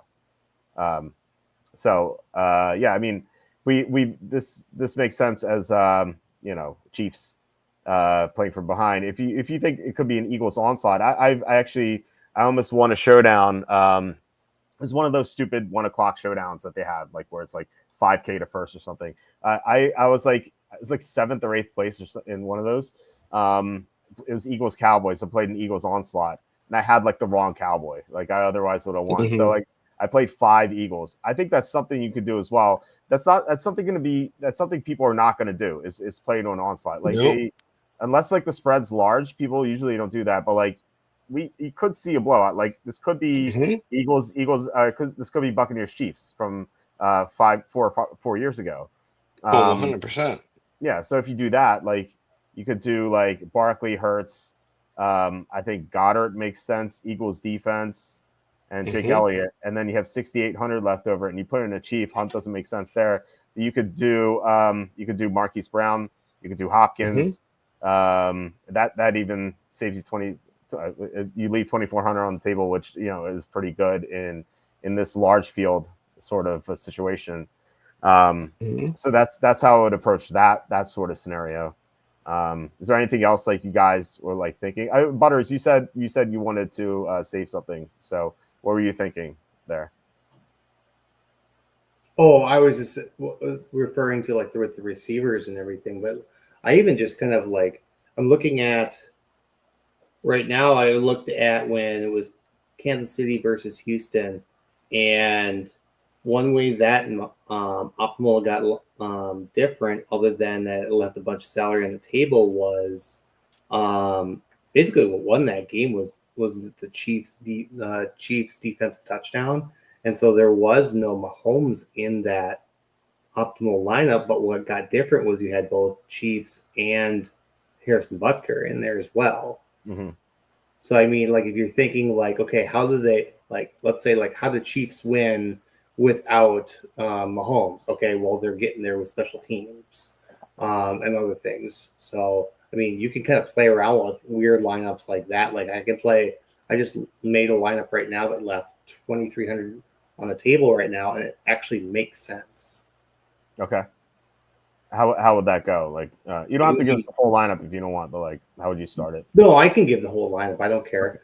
Okay. It would be Kelsey captain with Barkley and Hurts, Chiefs defense, Harrison Butker and Noah Gray. Like it makes sense. Okay, you're playing both tight ends, and then you're playing the special teams, and then you're playing the 2 best players from the Eagles. Like it makes sense. Yeah. I mean, look. I mean, the Eagles' production is going to be mostly Barkley and Hurts. Right. Like Goddard could get there. I like Devontae Smith more than AJ Brown because the Chiefs typically double team number 1 receivers. So I think that Smith has a better chance of going off. And also, people don't realize this. AJ Brown and Devontae Smith have the same number of touchdowns this year. They both have 8 touchdowns. Like, people don't think of Devontae Smith as a touchdown guy, but like, he scores a lot. And so like, there's a big salary difference between the two. Like, I think Devontae Smith's a much better play than Brown in this game.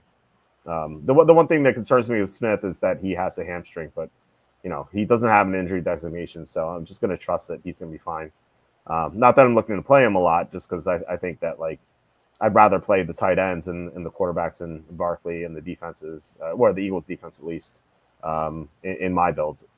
Right, so anything else here? We have a couple comments. For your name, she says, "Brother, your tabs, your computer is going to implode into a black hole." Dude, this is nothing. I have 4. No. This is my coming wife from is urinating worse. tree. My Listen. wife, I'm not kidding, has 315 tabs open right now.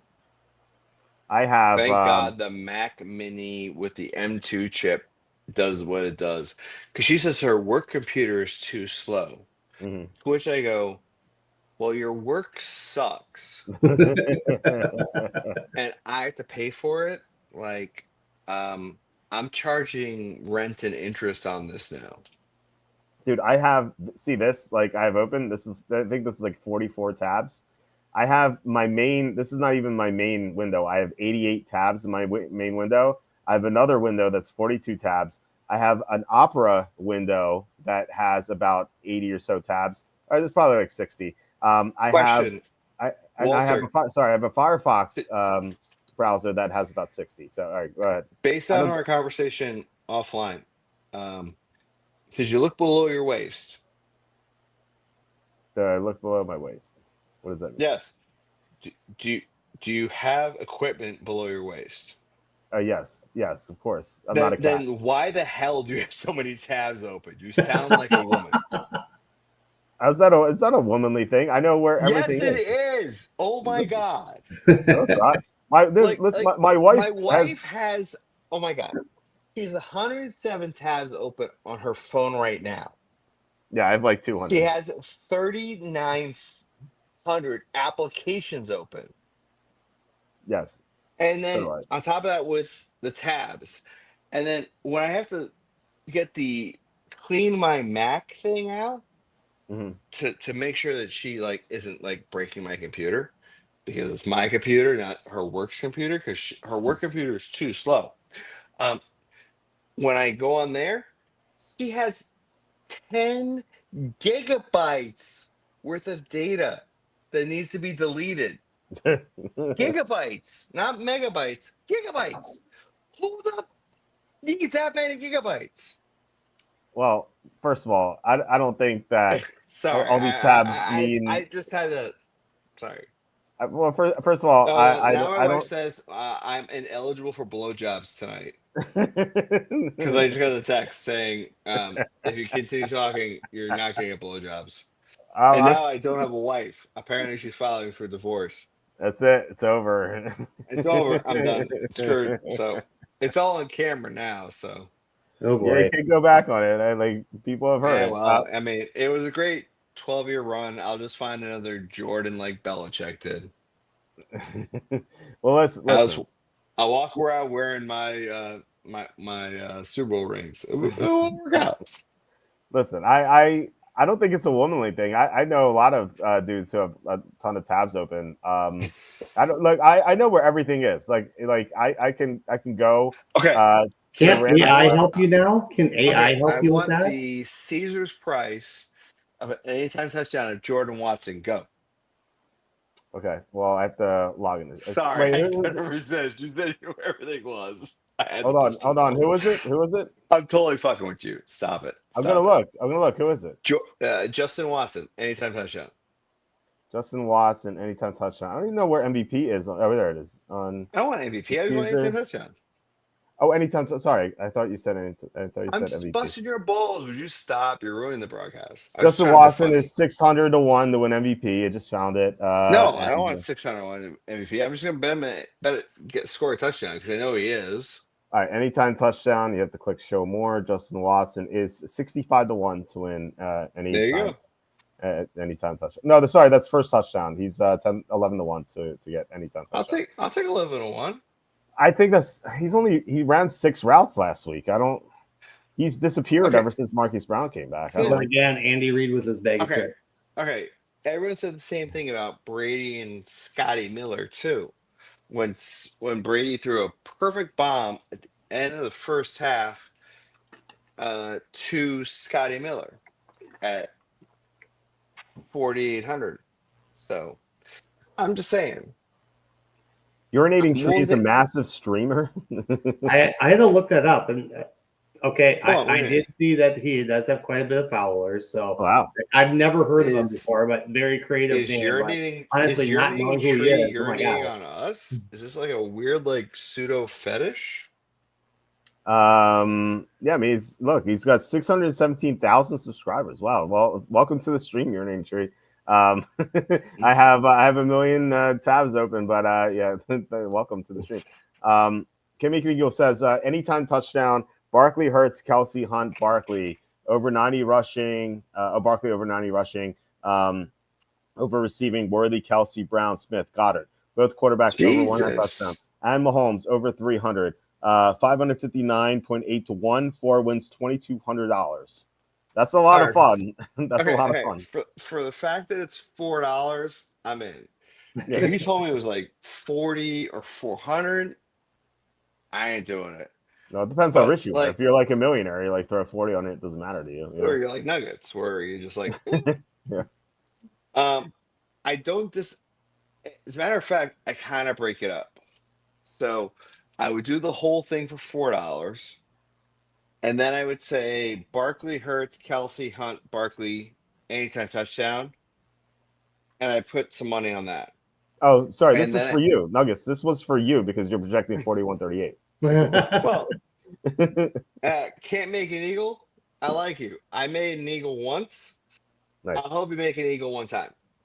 I made an eagle like I'd say like 20 times on Mario Golf.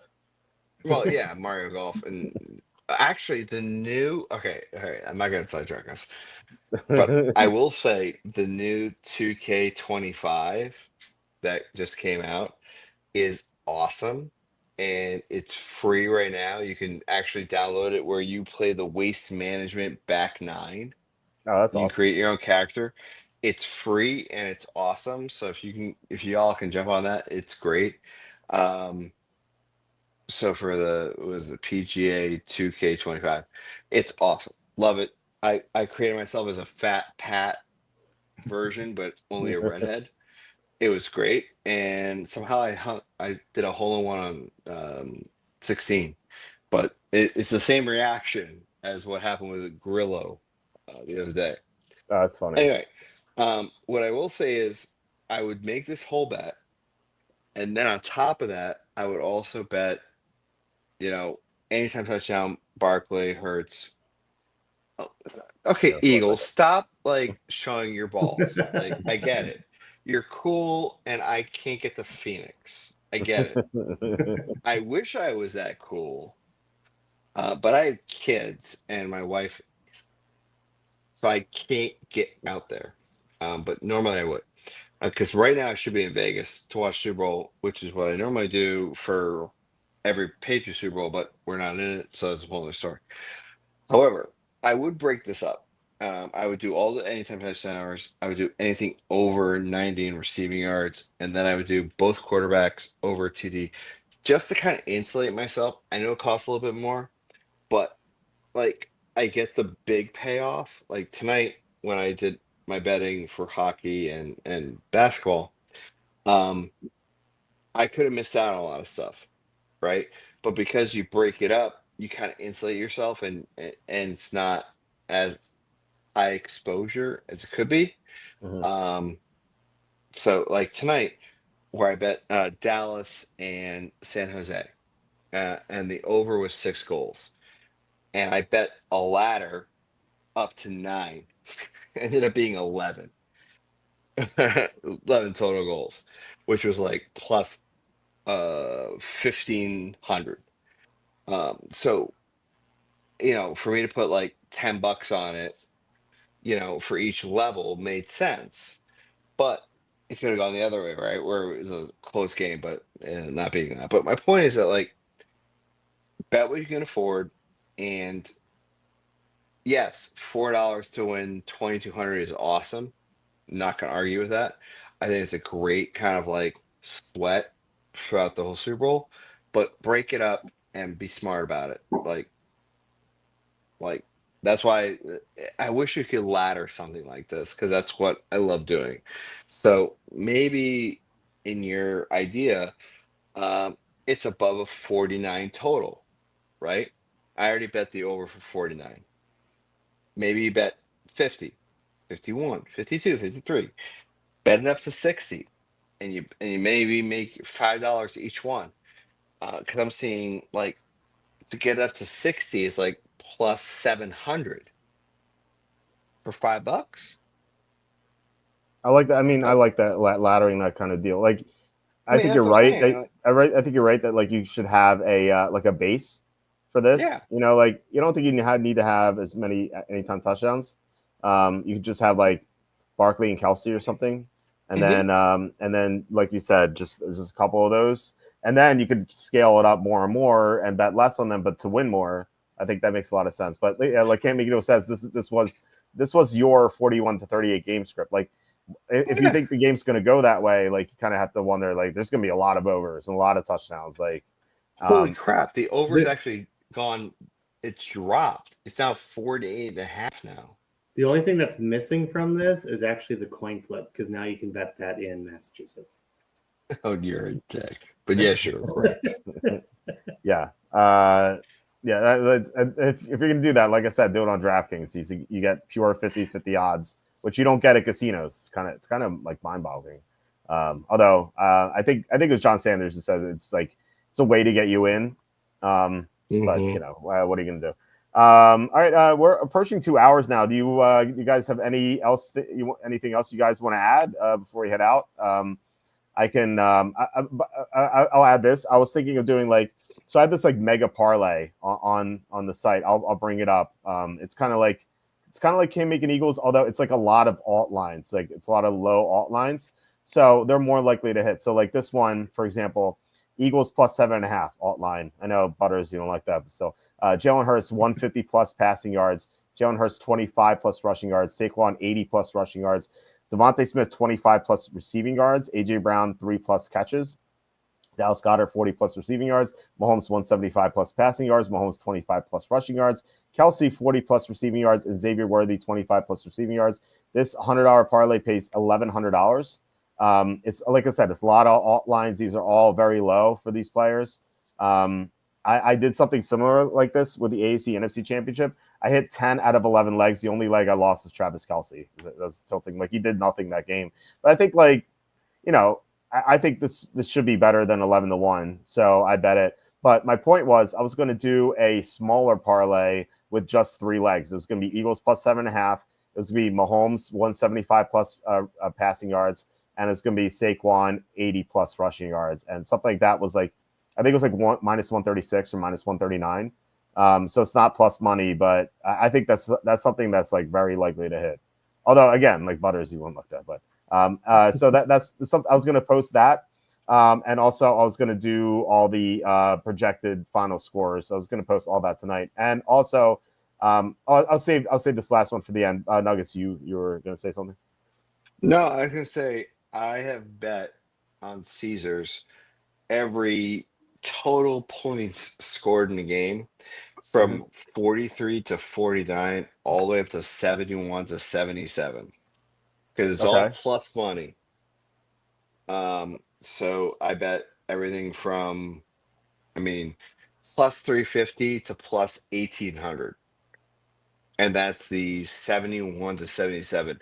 And if you go with the 41 to 38 script, that's 77 points.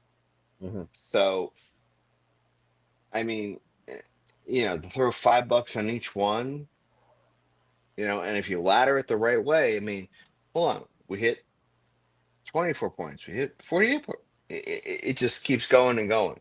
Yeah. I mean, I've done this every year, and it makes money. Mm. Um, I mean, unless it becomes a defensive struggle like the Patriots 16-3 game, which is a once in a lifetime game. Like I Mhm. don't see that game ever happening again.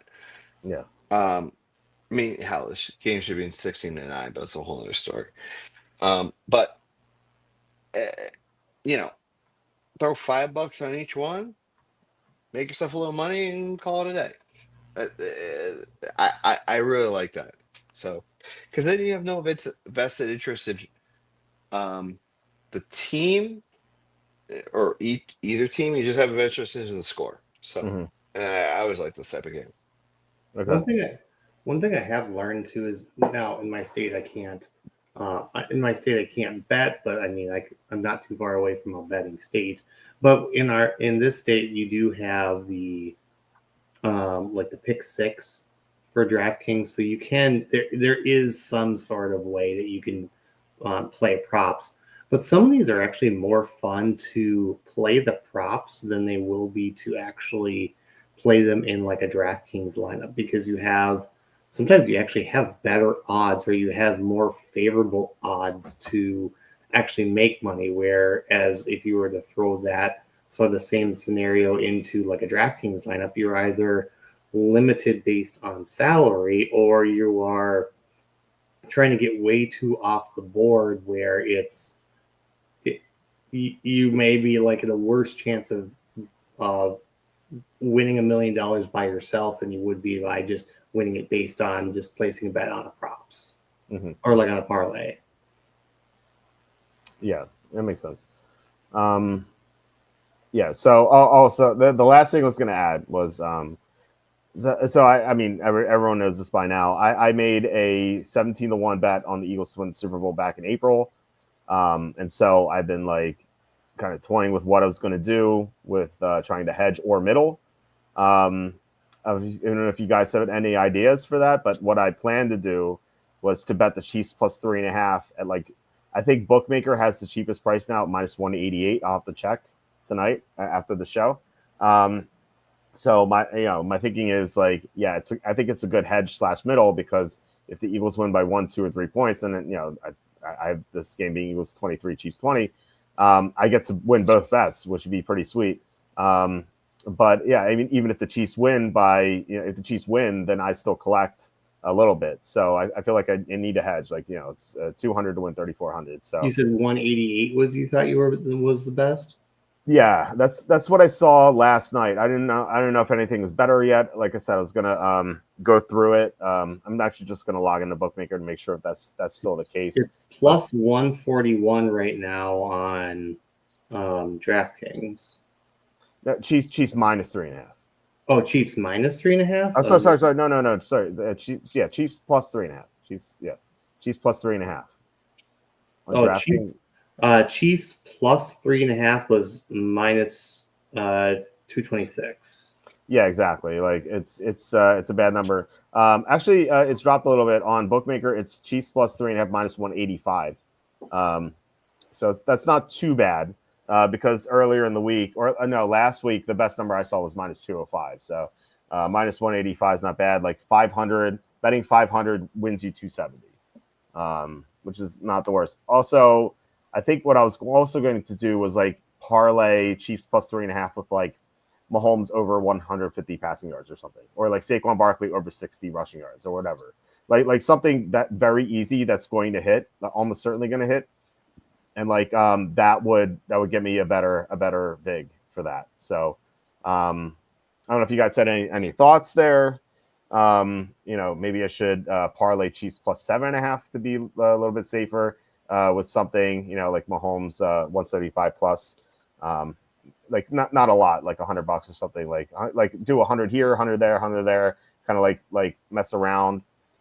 Try to and then I was also going to bet live. Like if my dream is like the Eagles go up, like get like a great number on Chiefs plus money, to kind of hedge that out. So like, you guys have any other ideas, or do you think that's the best strategy? No, I dig it. I mean, I'm in the same boat. I mean, whoever's behind the halftime, I'm betting. Yeah. So Okay. it doesn't matter if it's Chiefs or Eagles. I'm jumping in. Yeah, that's something I'm going to do too. I'm going to live bet. I'm gonna be like last year. I was not available to like post anything on Twitter because I had well last year at this time I had a 2 year old who just turned 2, and I had a 6 month old. Now my 2 year old's 3, my 6 month old is a year and a half. I'm actually going to be able to bring my 3 year old son to my parents' house, and he's going to sleep over there. So I'm going to be able to be at my computer and like actually work this time.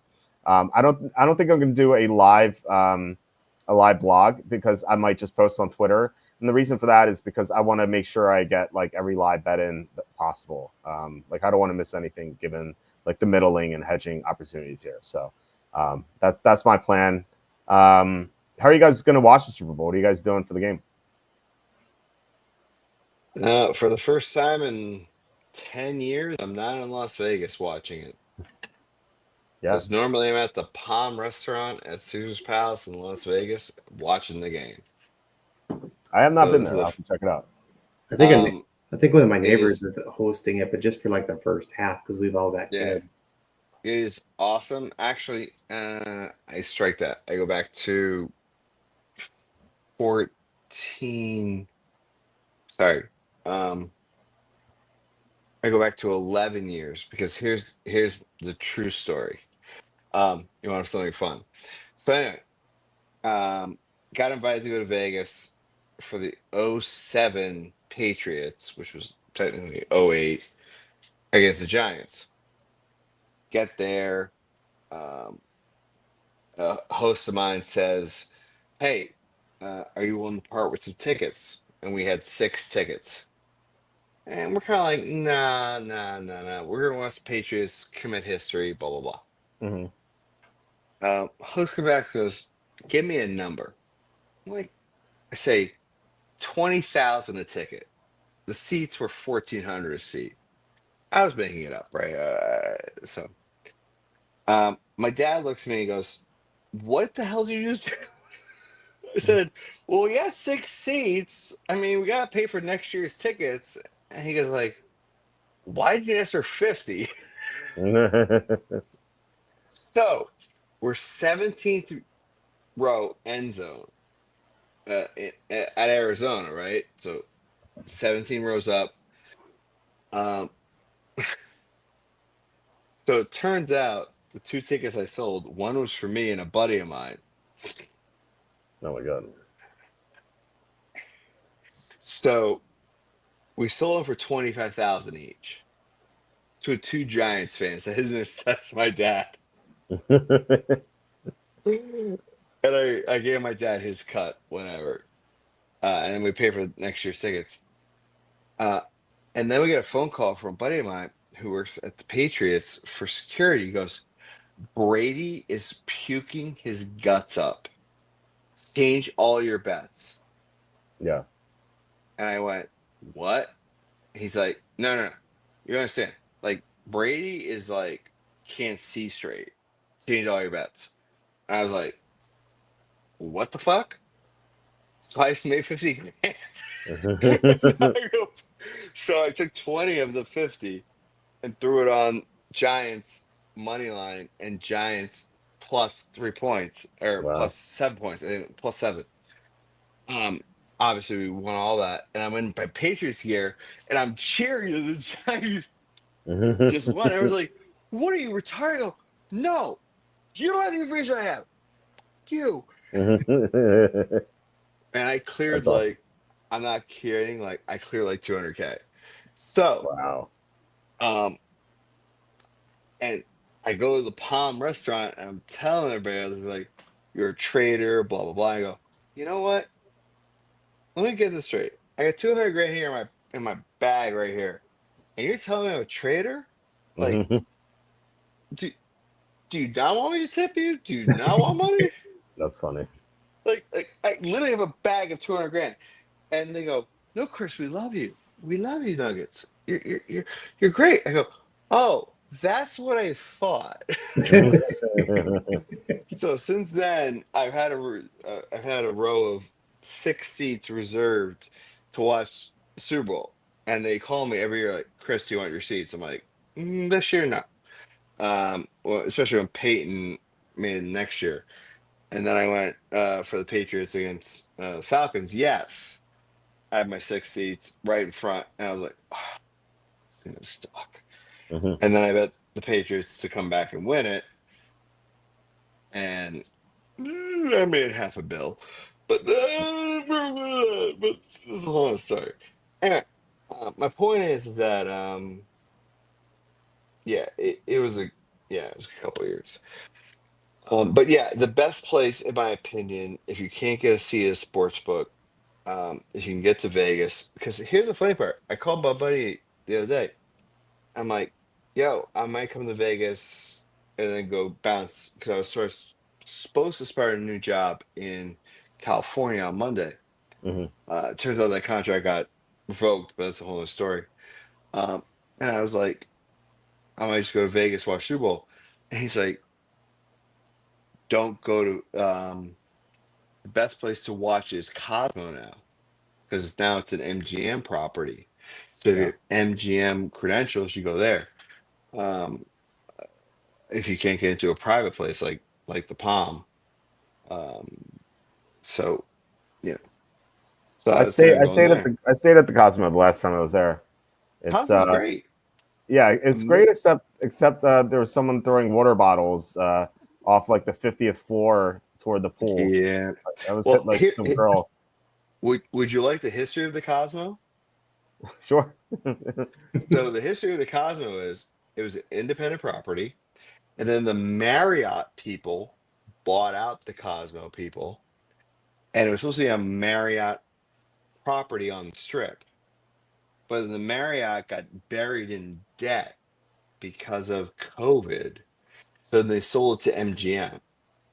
So Okay. now it's an MGM property. So so yeah. Cassandra asking, was there a prop for a losing team player to win MVP? I have not seen one. I have not seen that prop, but I'm yes, you could easily bet it. I mean, I hate to this is gonna sound terrible. It's like Connor McDavid winning MVP in last year's Stanley Cup Finals Hmm. versus the Panthers, yet they didn't win it. Same thing with Jean-Paul Giguère, the goaltender for the Anaheim Mighty Ducks, Okay. who lost it in '07. Um, I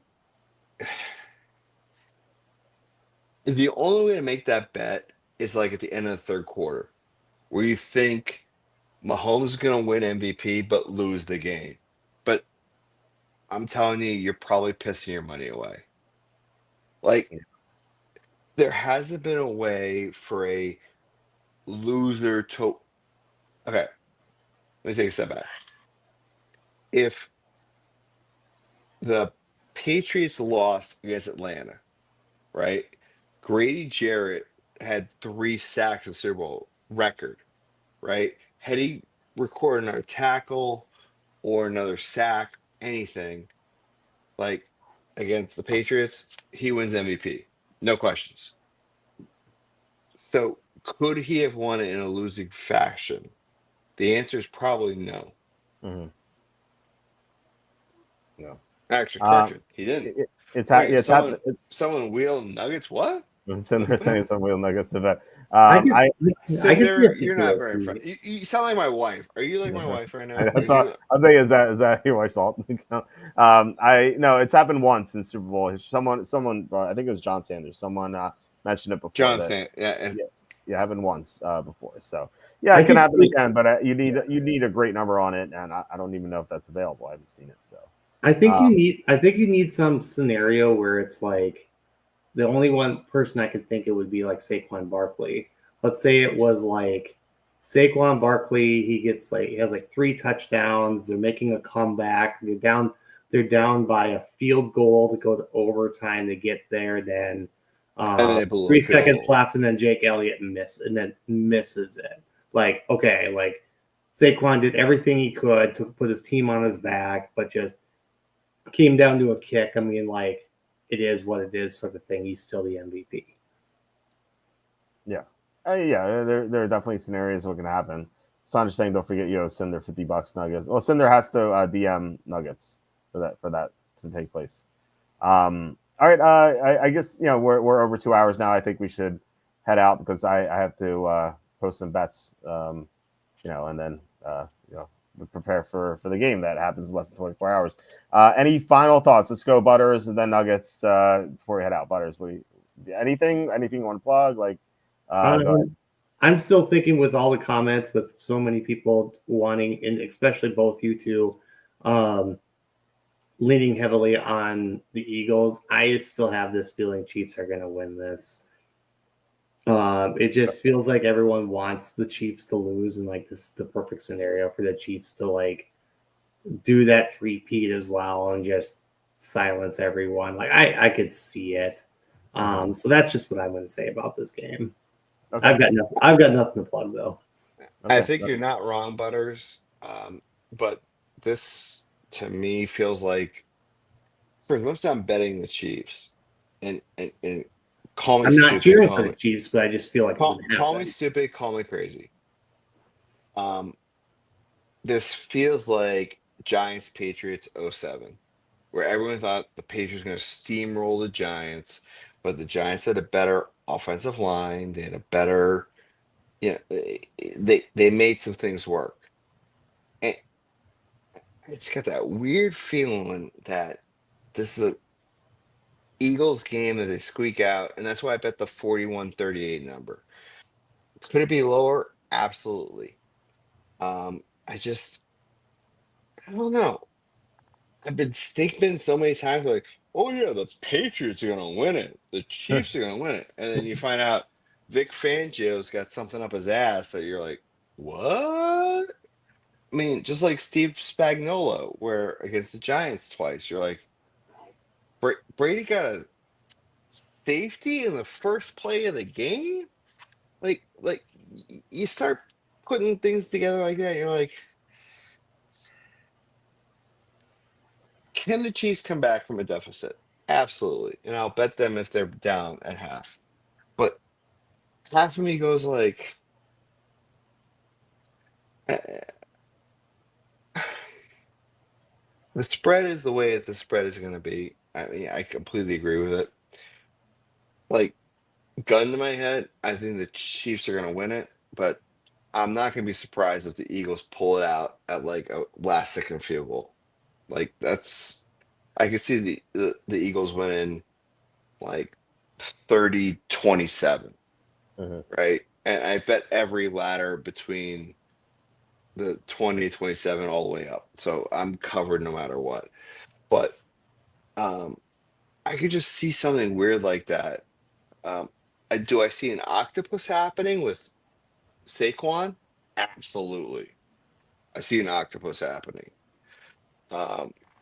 But you look at everything and you're like, it just smells of Patriots Giants again, and just the Patriots are gonna win it because they're just awesome. And it's like, no, like there's some flaws in the Chiefs game, and I don't think people are seeing that. And this is one of the weird Super Bowls where like I'm scared to bet the right way, if that makes sense. Haven't you been right the last couple of years, Walter? I have, and that's a scary part. But like, I'm so worried. Like, I don't want to tell everybody, "Oh, bet the Eagles," and then I'm wrong. Bet the Chiefs, and I'm wrong. Like, I'm kind of like, I'd rather just bet the over, and call it a day, and be like, and make my money. I mean, I know I own Cinder $50, but I'll get him to him. He just DM me at Nuggets DFS. I'm available for anytime, anywhere. But it's one of those like last year when we looked at Super Bowl between the two teams, I was like, I'm just gonna bet the over. Screw it. Like, yeah, it got to a point where like, yes, Malcolm Jenkins did once say that, and he's correct. And then we forgot that Malcolm Jenkins also need to forget that we didn't play Malcolm Butler that game, but that's okay, Cinder. And we still don't know the reason that reason why we didn't play Mocha Butler that game. But that's a whole other story. But this is where I go back to like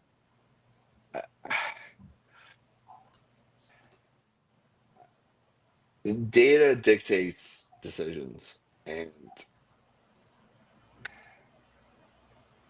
yeah, if you ask me the Lions Bills game, I think it's a whole different story. Mhm. So I just picked the Lions. But this game is just so like boring, and we've seen it, and I'm kind of like, if the game is like 32-30, I'm not gonna be surprised. If this game is 44-41, I'm not gonna be surprised.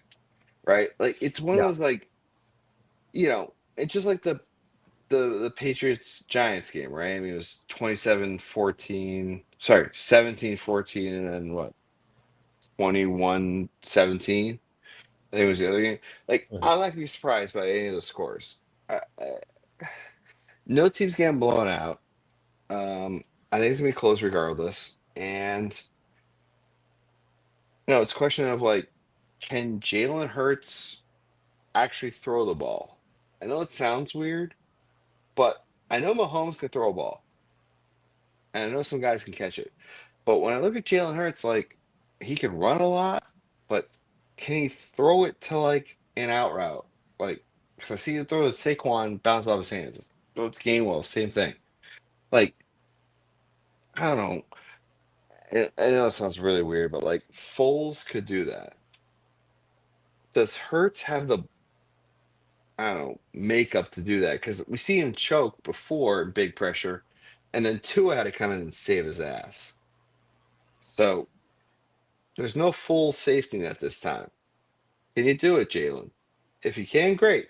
You win a title. If you can't, you can get steamrolled. Well, Hurts, in in all fairness, in that first Super Bowl against the Chiefs, 27-38, 304, one touchdown, 70 rushing yards, three rushing touchdowns. You know what I mean? Like Right. I'm he's just done saying, it I mean, like, before. no, I'm not saying he can't do it. I'm just saying, like, does that put them over the edge? And the question is, like, is he willing to share with Saquon?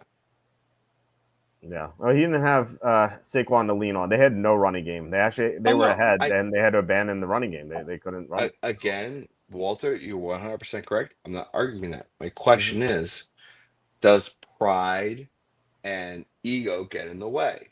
And it's only thing I've heard out of Eagles beat writers of like, that's why, you know, AJ Brown's got to read this book that he's had on sideline the whole year. Like, I hear all these weird things, and I'm like, is it an AJ Brown thing? Is it a Hurts thing?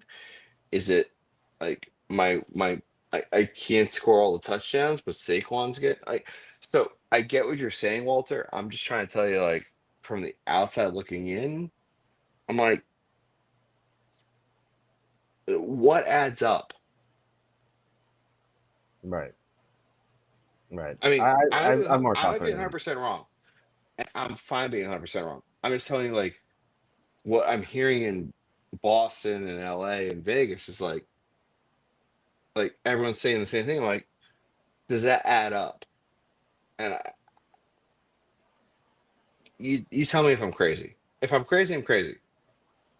We're all a little bit crazy. I think that I have more faith in. Like I said, two years ago in the Super Bowl, he was amazing. And he Oh, didn't have I don't Barkley. disagree. I Yeah. think if the Eagles won the game, he's MVP. End Oh yeah. story. Yeah. End story. 100%. Yeah. Yeah. I mean, the only bad play he had in the game was the fumble. Otherwise, he was great. And then the officials saw to it with that Bradbury defensive hold that was terrible. I mean, the officials could do that again if it's close. Now, you said you didn't see a blowout happening. Actually, I think I don't. I think there's a somewhat uh, like Are like you saying there's a Commanders Eagles type blowout happening?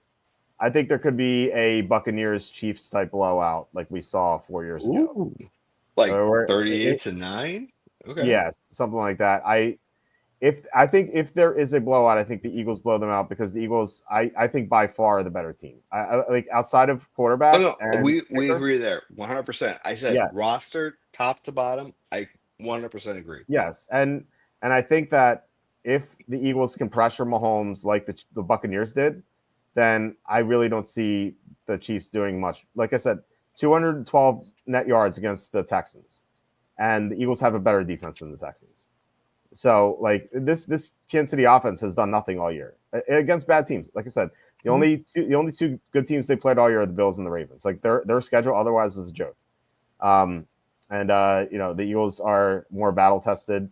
They're the better defense. They have the better defense, better offensive line, better running game, better wide receivers.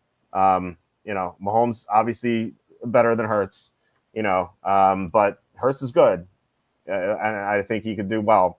And the kicker is an issue. But I think there's a chance the Eagles run away with this. Like I'd be shocked if the Chiefs blew out the Eagles. Something crazy would have to happen, like weird special team touchdowns. Barkley gets hurt, like or Hurts goes down, like something crazy.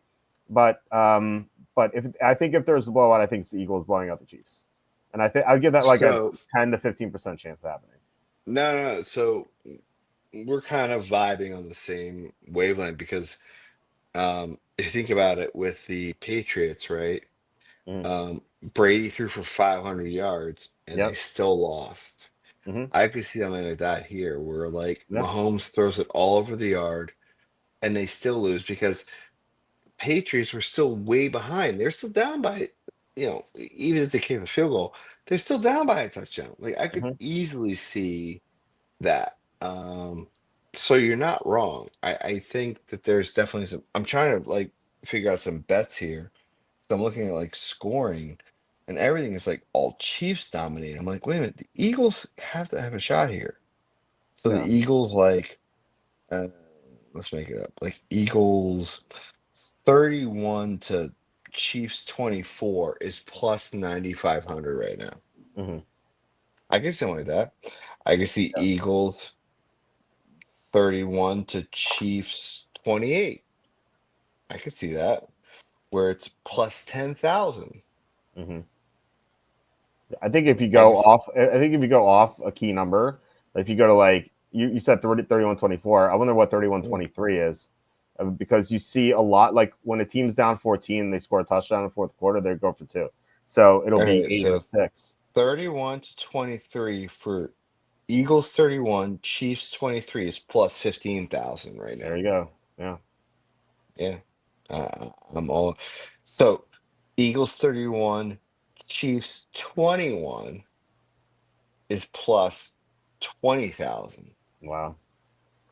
That's even better because 10 is more likely than 8. Yeah, I'm gonna grab both. I don't care. Yeah. I mean, yeah. Anyway, just saying. I mean, there's multiple different outcomes. And I don't disagree with you. I mean, I think I said it at the beginning of the broadcast. I think the Eagles are a better team, top to bottom. Just got that weird feeling that. I mean, now that the blind ref is in, I can see the Eagles winning this because Torberg he is probably the worst ref in all of the NFL. I remember now which ref I'm thinking is the worst, and I still think it's Cleat. Blakeman actually made sure the Patriots won against Falcons. I always feel like he's got something under the table. Like something under the table is saying, okay, I'm incentivized. He literally wrote on his card and he goes, "This game could get close." and then it did. Good old Cleat. And then Walt, was it Walt? I forget his last name. Walt Coleman. Or Walt Anderson. Yeah. Well, no, it wasn't Anderson. It was Coleman. Because Julian Edelman goes up to him in the middle of the Patriots-Baltimore game on the way to the Super Bowl. And goes, "Have we got you, like, worried about the formations yet?" And Walt goes, literally, like, 85 years old. And he's like, that is looking like, oh my God, the Patriots are going to win this game. You know. I send there's asking why would Mahomes throw it all over the field? I think he means in like garbage time. You know, like Yeah, exactly. And yeah, especially a Vic Fangio defense yeah, is basically do not go long.